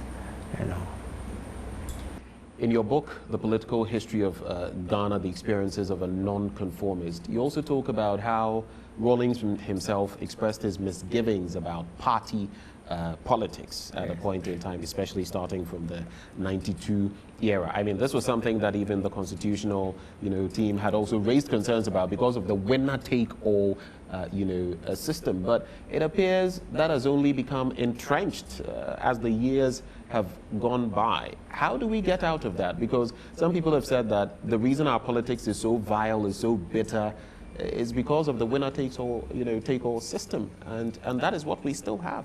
That's to some extent is true, but I think the worst part of it is the monetization, and that is what JJ was very much against. But you see, he did not allow, when I was the chairman of the party, one of the things I wanted to do was to see that the party established a fund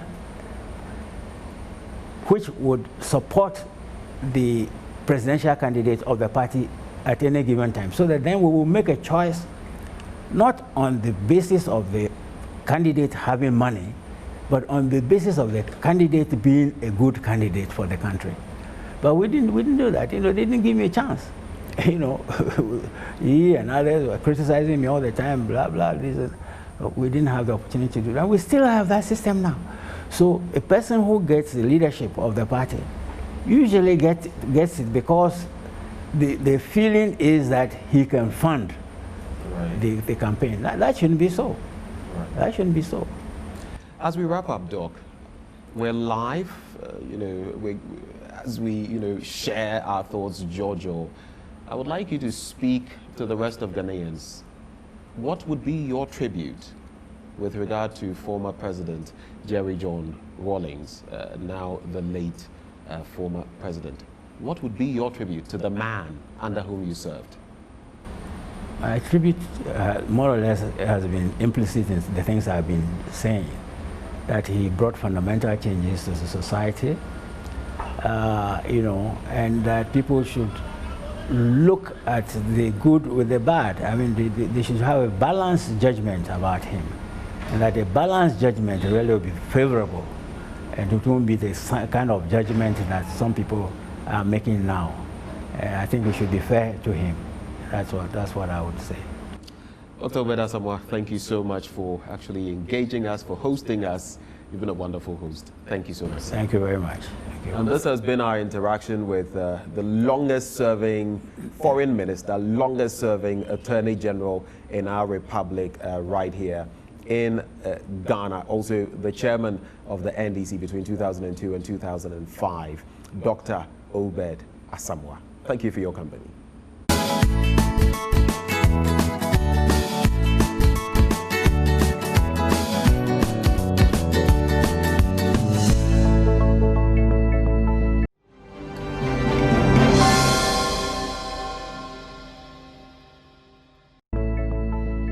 Thanks for staying with us. You're watching the AM show. Now, let's talk about the political cycle of road traffic accidents. And there are actually statistics that indicates that there are higher cases of road crashes and fatalities in election years since the beginning of the Fourth Republic in 1992. Just a few exceptions. My guest to have this conversation with me is Director General of the National Road Safety Authority, Engineer May Obri-Yeboah. Very good morning to you. Good morning. And after that interaction between my colleague Benjamin Akakpo and Obeda Samoa on Rawlings, you also have a certain revelation that the late former president was a road safety ambassador. Sure, he was. The National Road Safety Commission was born in the year 1999, and that was under the administration of the late president. And so in the year 2015, the board and then Madimin thought that we had seen His Excellency do certain things that showed that he had some real interest in safety. So we went to him personally in his office and we asked him if he could be an ambassador for us, which he readily accepted.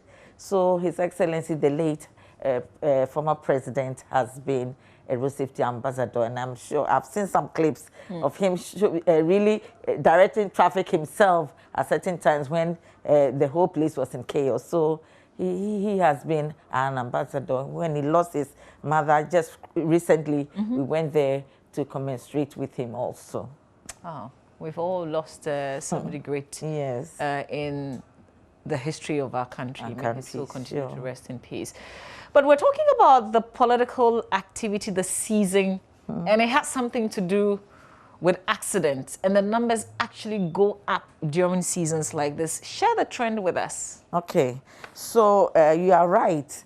During seasons like this, especially years that we've had elections, right from the Fourth Republic, we have statistics, and it has shown clearly that those years that we do have elections have had higher crashes and sometimes even deaths as compared to the preceding year.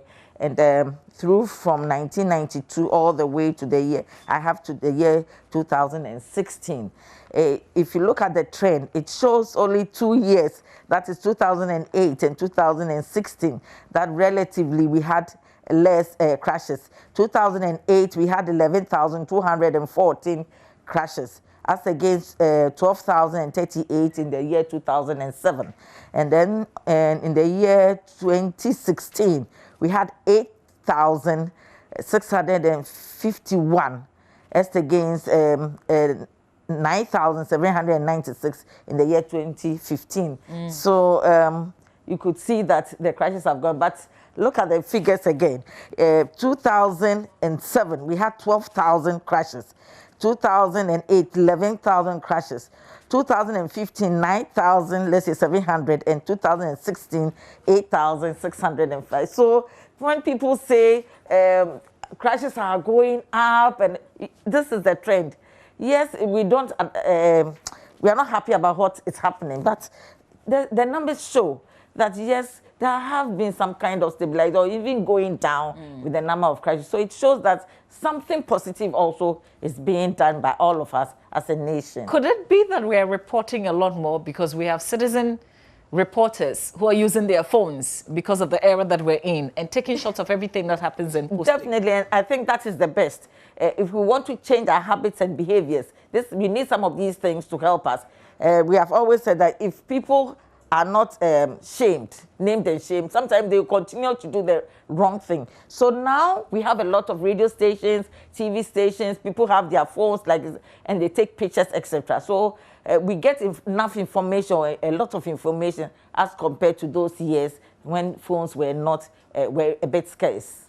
We reported in 2019, have we had an exceptional case in terms of 2019 going into 2020, because we've reported on quite a number of accident cases? Well, it's sad for me, because when there was the lockdown and we were in COVID, when we came back around, is it June, July, thereabout, we saw that the crashes had drastically gone down as compared to the previous year, that is 2019. And we thought that we had to sustain it. So a lot of work has gone on, especially ourselves, the multimedia, and the ministry and others have come together, how we can help to either bring it down or even not let it go up again. Unfortunately, the statistics I'm reading or I'm seeing, it's not in the best of taste. Because I can see that the number of crashes have gone up relatively, about 6% as compared to the previous year, that's 2019. And then the number of deaths also have gone up by about roughly 9%.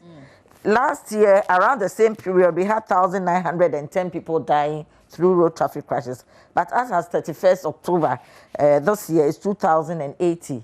And so it's gone up. The only thing that has gone down is pedestrian knockdowns. And it's gone down roughly about 1% or so. So it is not a good story, I must say. That is why there is the need for this rigorous Arrive Alive campaign that we need to undertake. Because we are getting into even the wet season, that is next month and then beyond, where we have Christmas also coming. So I think the statistics are such that we need to do something, all of us as a nation. So what exactly do we do wrong in election years? In fact, in election years, it's just like any other country. A lot of movements, and therefore people are more at risk. Once you move onto the road, more vehicles get onto the road, people are more at risk. And you know, this political season, people would move in vehicles. We have said it severally, that people should not be bussed or should not be put in buckets. A lot of times you see people in buckets, and sometimes just one crash, and you get probably about 30 or 40 people being injured, some dying. Also, the motorcycles have been an issue for us over a couple of years now, and the past years have not been any better. You see that during election period, they would be maneuvering and doing things that probably people think that is just fun. But in the end, people die through this. So these are some of the things. And then our behaviors during this season, sometimes I don't really understand, but it's like during election period, nobody wants to obey the rules and regulations on the road. As soon as you see people, or even Christmas time also, the people who move from the market, come onto the road, want to sell on the road, and when the assembly or the police would want to do their work, it's like if you touch us, then we will not vote for you. And then it makes it, the political world sometimes is not there for us to do our work. So these are some of the things that come up during election years. Well, thankfully, you know the strategies. Yes. So now we have to ask you, since you are the National Road Safety, and again, thankfully, you are an authority, so you have a lot of powers. What's your own strategy? How do you intend to deal with this? Yes, we have said severally that road safety is a collective responsibility, and we need all stakeholders to come on board. Yes, we will continue to do our normal sensitization advocacy, but now, like you said, as an authority, we have the mandate now to exert some kind of compliance from our stakeholders. When we are talking about this, we are talking about those, the institutions, because the law says that we are supposed to ensure that they comply with their standards and then their procedures. But we will need people to understand, you see, if you don't change the mindset of people also, you can do what you can, they will still do the same thing. They need to understand why they should let's say, put on their helmets, or they should put on their seat belts when they are in a vehicle. So we'll continue with that. But the enforcement part of it, which is the police ourselves and then DVL and others, we will have to step it up. And then we need the political will. We need the political will, because there are times the police will want to do their work, but probably they are not on the road. For example, the Arrive Alive campaign, we cannot do it without the police. the police have to be there to support us to do their work. So I think the political will is a major thing that we need in this campaign so that we can get the right results. We want to show the whole world that something can be done during election periods. I know that is the trend. It's not only Ghana. It's the trend elsewhere. But what can we do as a nation to tell the world that, yes, Ghana has done it because together we understood why we should bring crisis down and everybody play their role. That is why you'll find out in the objectives for the Arrive Alive campaign, we said, yes, we want to reduce indiscipline on our roads.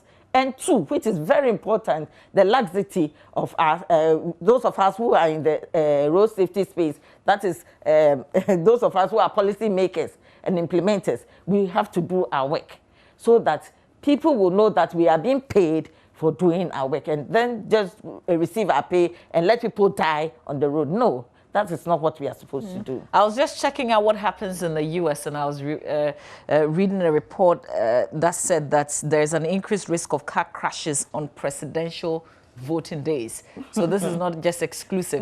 They have even zeroed in on the day that people vote. But yes, it's I won't say it's normal, but it's the same almost everywhere. But people put in structures of policies so that you reduce it to the minimal. This is what we want to do with our campaign. We were catching up on the activity that you were doing last week, which was to educate people on the use of the seatbelts. And well, did I show a bit of surprise? You were not arresting. So your officers were teaching people to do the right thing. Yes. For how long would we continue the education? Because sometimes I feel like people deliberately pretend that they don't know either the use of the seatbelts or they give certain excuses for not wearing it, for instance. Okay, thank you. That is a question because the law has been there since 2012, the LI 2180. But we decided as a team, stakeholders, that this time, I just told about the political season, it will bring a lot of unrest if we say we just go around arresting people. So we have decided that we would rather try and do a lot of education, let people understand why they need to put it on and show them how to put it on. So that is, it was a deliberate decision we took. But the police have been told that if probably you see somebody as he's doing it often and it can be detected, that person can be prosecuted. But this time we want to teach people how to use it and why they should use it to be safe on the road.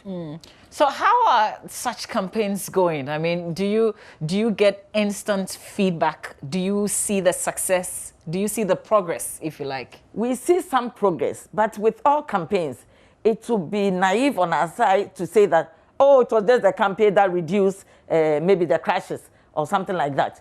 We will need to do it for a period, probably a year or so. Then we evaluate, but we do have a short-term evaluation. That will be in January.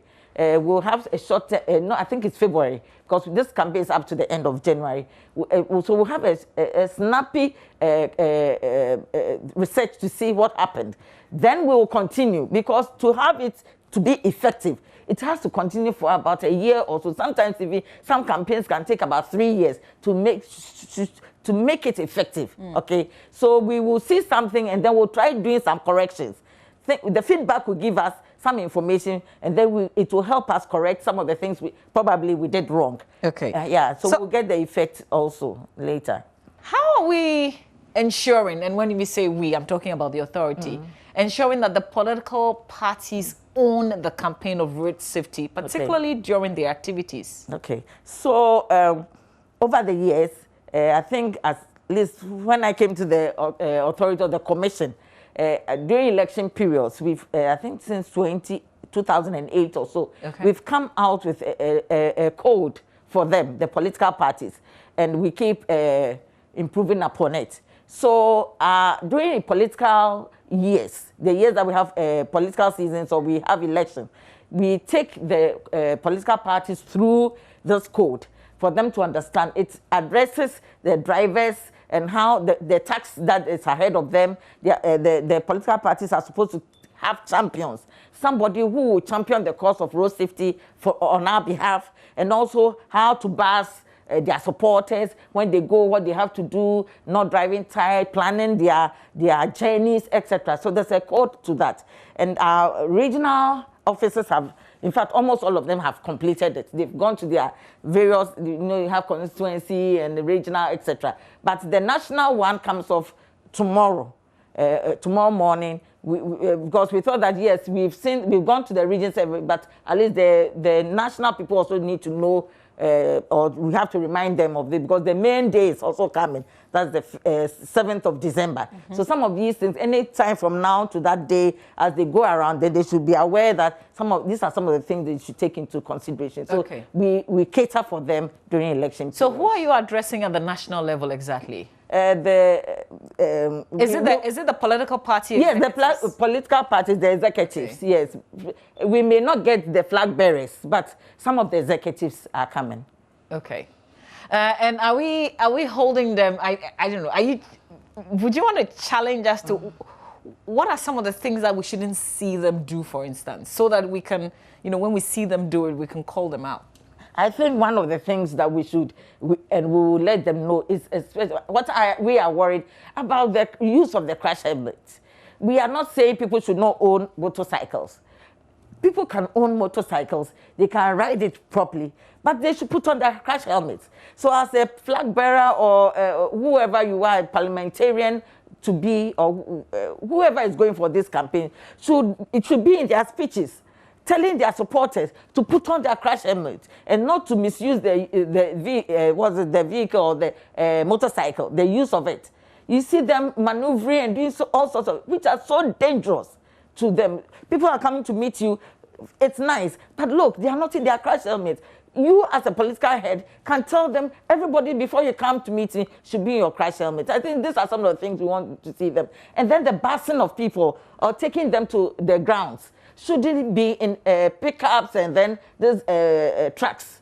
They should be properly seated in buses. These are some of the things we want to see them do. Great. And of course, now we have COVID, so everybody should observe the protocols. The protocol. Okay, great. What's the central message that the authority is sending across around this period, not just to the political parties who are campaigning, but to all citizens? We're talking December 7, but we're also talking Christmas. Yes.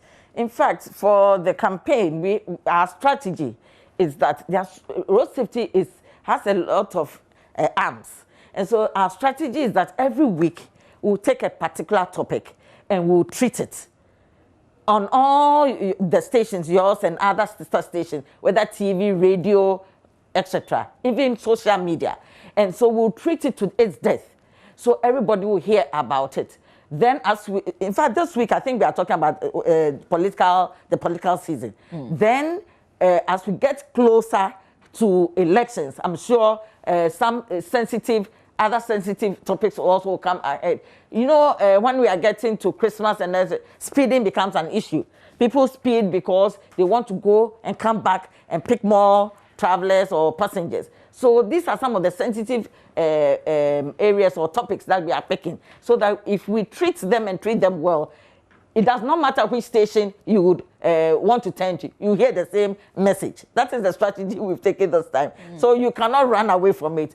Whether tree or ga or whatever, you will hear the same message that we are speaking of within the week. And I'm sure this will also let people remember, and then they'll do the right thing. Great. Sometimes I get confused when an issue comes up. Is it an issue for the authority or is for the police MTTD? So I'm just going to ask my director to bring back the daily graphic newspaper, the front page. And I want to show you something. You can point us to the right direction whilst he works on that. I want to ask what we're doing at the bus terminals because around this period, also because of traffic. Yeah, okay. They want to quickly go and come and either avoid the traffic or make sure they do about 3 rounds before the traffic builds up. Yeah. So what kind of strategy are we also using in those areers? Yes, thankfully, we now have a couple of staff, NAPCO and then our own staff, a number of them. In fact, Accra alone, we have about 90 people. Originally, we were just a few. You get to say just about 10 or so, but now we are just about 90. And so we have also divided them up into various teams, and they are visiting these lorry stations where they are educating the general public, the passengers and also the drivers, and then anybody they see around on the safe use of vehicles and what they need to look out for, especially when you're going to board a vehicle. You just don't board any vehicle. Look out for certain things. The tires, I mean, you can have a look at it. If there's something wrong, you inform the station master. We are giving them all these tips, and then so that they can also be safe on the road. We hope that the police also will come and support us, probably on the main roads where they also be testing for alcohol, etc. But I think about a year ago, GPR2 themselves bought these alcohol meters, and we hope that they would also use them at the stations so that the drivers do not leave even the station before being tested. So these are the strategies. We are not only in Accra, throughout the country, we are the lorry stations doing our education. What kind of powers do you have? What can you do to me, a road user, if I do the wrong things? Well, as a citizen, all of us can impose a little arrest, should I say, because if you are doing the wrong thing, I can report you to the police, etc. But as an institution, the difference between us and the police is that the law says that we are supposed to, let me just... So this is your act? Yes, this is the act, National Road Safety Authority Act, 2019 Act 997. So by our act, it says that we are to develop and promote road safety in the country, to coordinate and regulate activities, procedures and standards related to road safety, and to provide for related matters. So we are supposed to ensure that institutions go by their procedures, standards and activities by their act they are supposed to do. So we don't do that fiscal arrest and prosecute individuals like that. So like GPR2, it's an institution. So we have the right to ensure that they go by whatever they have in their act, not act, but whatever thing that brought them up. So that is the difference. Okay. We are not going arresting individuals, no. But we look at institutions with DVLA, this is what you are supposed to do. Why are driving schools not doing this? We hold you responsible. That's the difference. So this is what I wanted to show you on the front page of the Daily Graphic newspaper. That's it. So this is articulated tracks parked along the Accra-Kumasi highway. They are parked. It's not like they are in traffic. Okay. So whose duty is this? To clear them? Because this is absolutely not right. Okay, so this can be, the police can do that. We also can do it. Okay. Because if we find out that, let's say it's GPRT truck, that association of articulator drivers, we can go to them and say, I don't know whether it's the same group of people or they are individuals, but we can go to that association and tell them that this is what we have seen, and therefore you are not supposed to park there, they have to move. So this is, and the paper does a very good job by telling us exactly. Yes. This is the Nkoko Junction.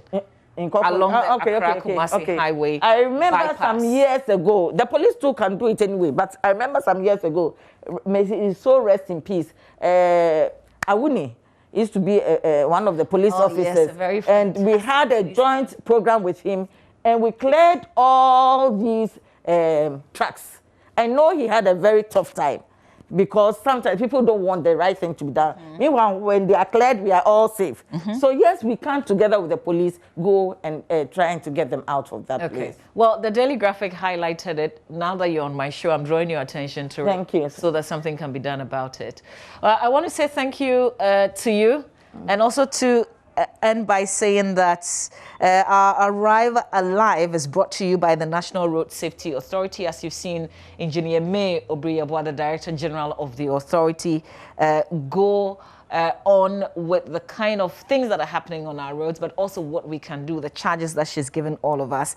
And it's supported by Toyota Ghana and the Joy News Drive Safe campaign. So thank you very much. I did promise your members that I would join this week's exercise. Wow. So that, you know, we can be drumming it and bringing the conversation a lot closer. Yes, and I'm sure when we show some of these things also on TV, people see that somebody is watching them and they will try to do the right thing. Yeah. So thank you. Thank you. All right. Stay with us. We've got another conversation coming your way. It's an ointment that we discovered on the show not too long ago, but apparently it's been there. It's the Ganabang, and we've got a conversation with Is Herbal in a little bit. Stay with us.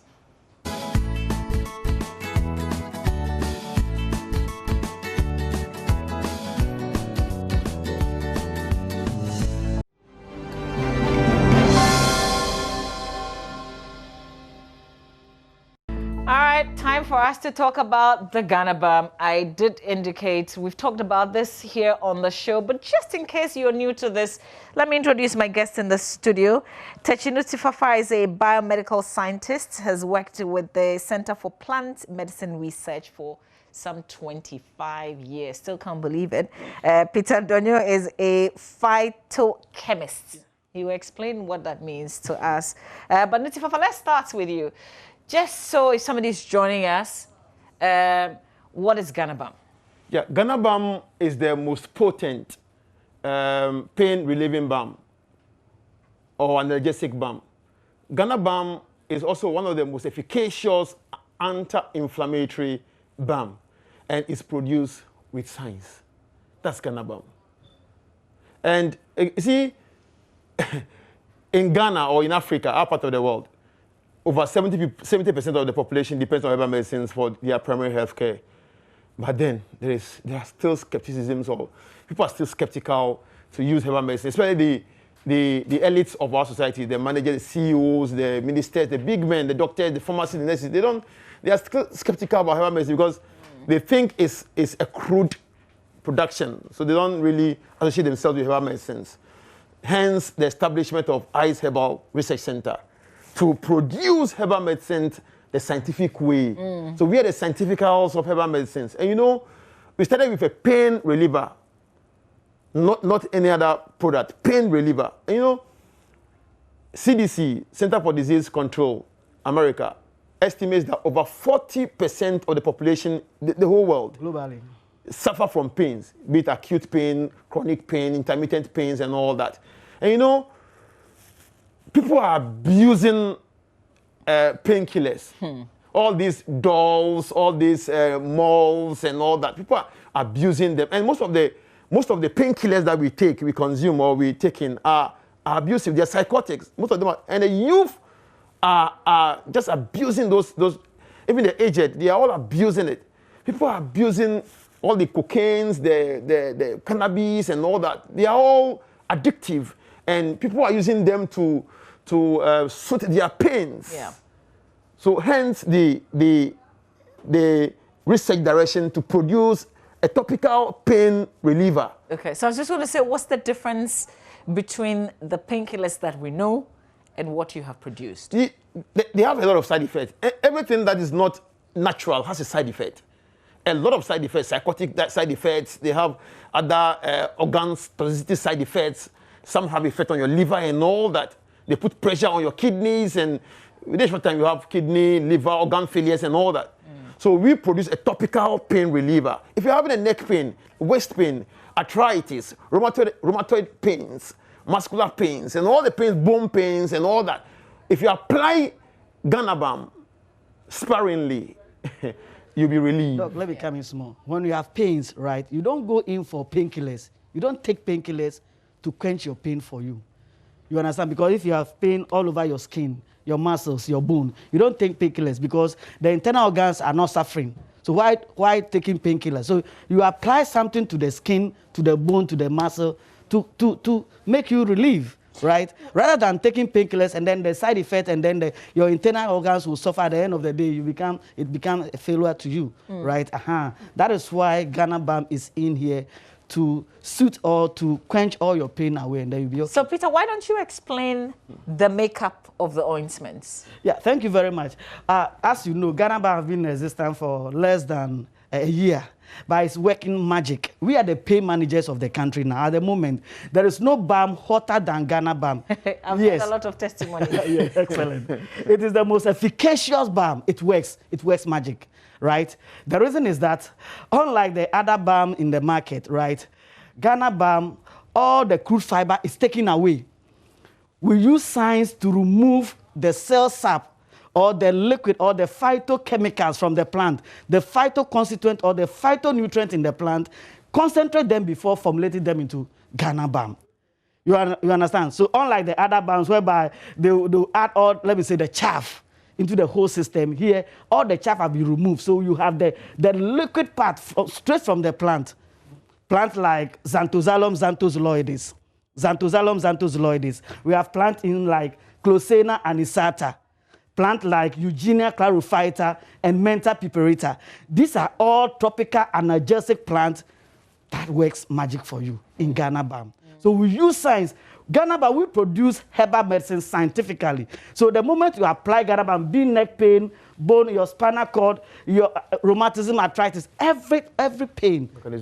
Yeah. So Nisifa, there's a strategy to it because you don't just apply. No. You must have the right quantity. Yeah. Please explain. You see, Ganabang is produced with, the ingredients are in high amount.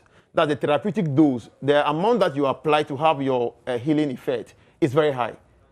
The dose is high. So you don't go applying Ganabang as if you are applying shea butter. No. You just apply it sparingly, small. Just pick small and apply it to wherever is paining you, and the pain goes off. Don't over-apply Ganabang because the therapeutic dose of Ganabang is very high. So you need to just apply it sparingly. And you know, there's this mechanism of action, how it works. There's something we call the P substance. It's a chemical messenger that to the brain. To the brain. Yeah. So wherever you are having pains, it signals or it moves to the brain and let the brain that, hey, this part of the body is paining me. So if you apply Ganabang to that part which is having the pain, it prevents the signals of that P substance from going so much to the brain. Yeah. Okay. By doing so, reducing the pains at that particular part. And again, it's the most powerful blood circulator. Let me add, what is causing the pain? It's apart from reducing the number of or the quantum of substance P going to the brain for interpretation. What is causing the pain to Ganabang helps to remove it over there. Okay. Yeah. Well, because of time, we have to tell our viewers where they can find Ganabang. Yeah, and Ganabang is all over the country. In leading pharmacies, drugstores, and chemical shops. You can find it everywhere in the country. And again, let me add a bit to it. It enhances your circulation. Yeah. Wherever you apply Ganabang, it enhances circulation. And you know, circulation is the best. If you have good circulation, you have everything. The nutrients, the oxygen, the antibodies, they're all in the blood. So if you have your blood circulating very well, it's good. Even for libido enhancement. Mama, they can use it to do the aromatherapy, the steam inhalation. Yeah. Please, everybody should go in for Ganabang. Boil half bucket of water. Take a teaspoon full of Ganabang. Melt it in the water. Use something to cover yourself with the water. Then so just like we do with the neem tree, but this is even more effective. This is excellent one, more effective. Okay. Yeah. Well, we have to go, unfortunately, because of time. Is there a phone number, though? Sure. Yeah, okay. 0244 727-028. Okay. All right. Stay with us. We've got show business coming your way. Peter, Nitifafa, thank you very much. You're welcome.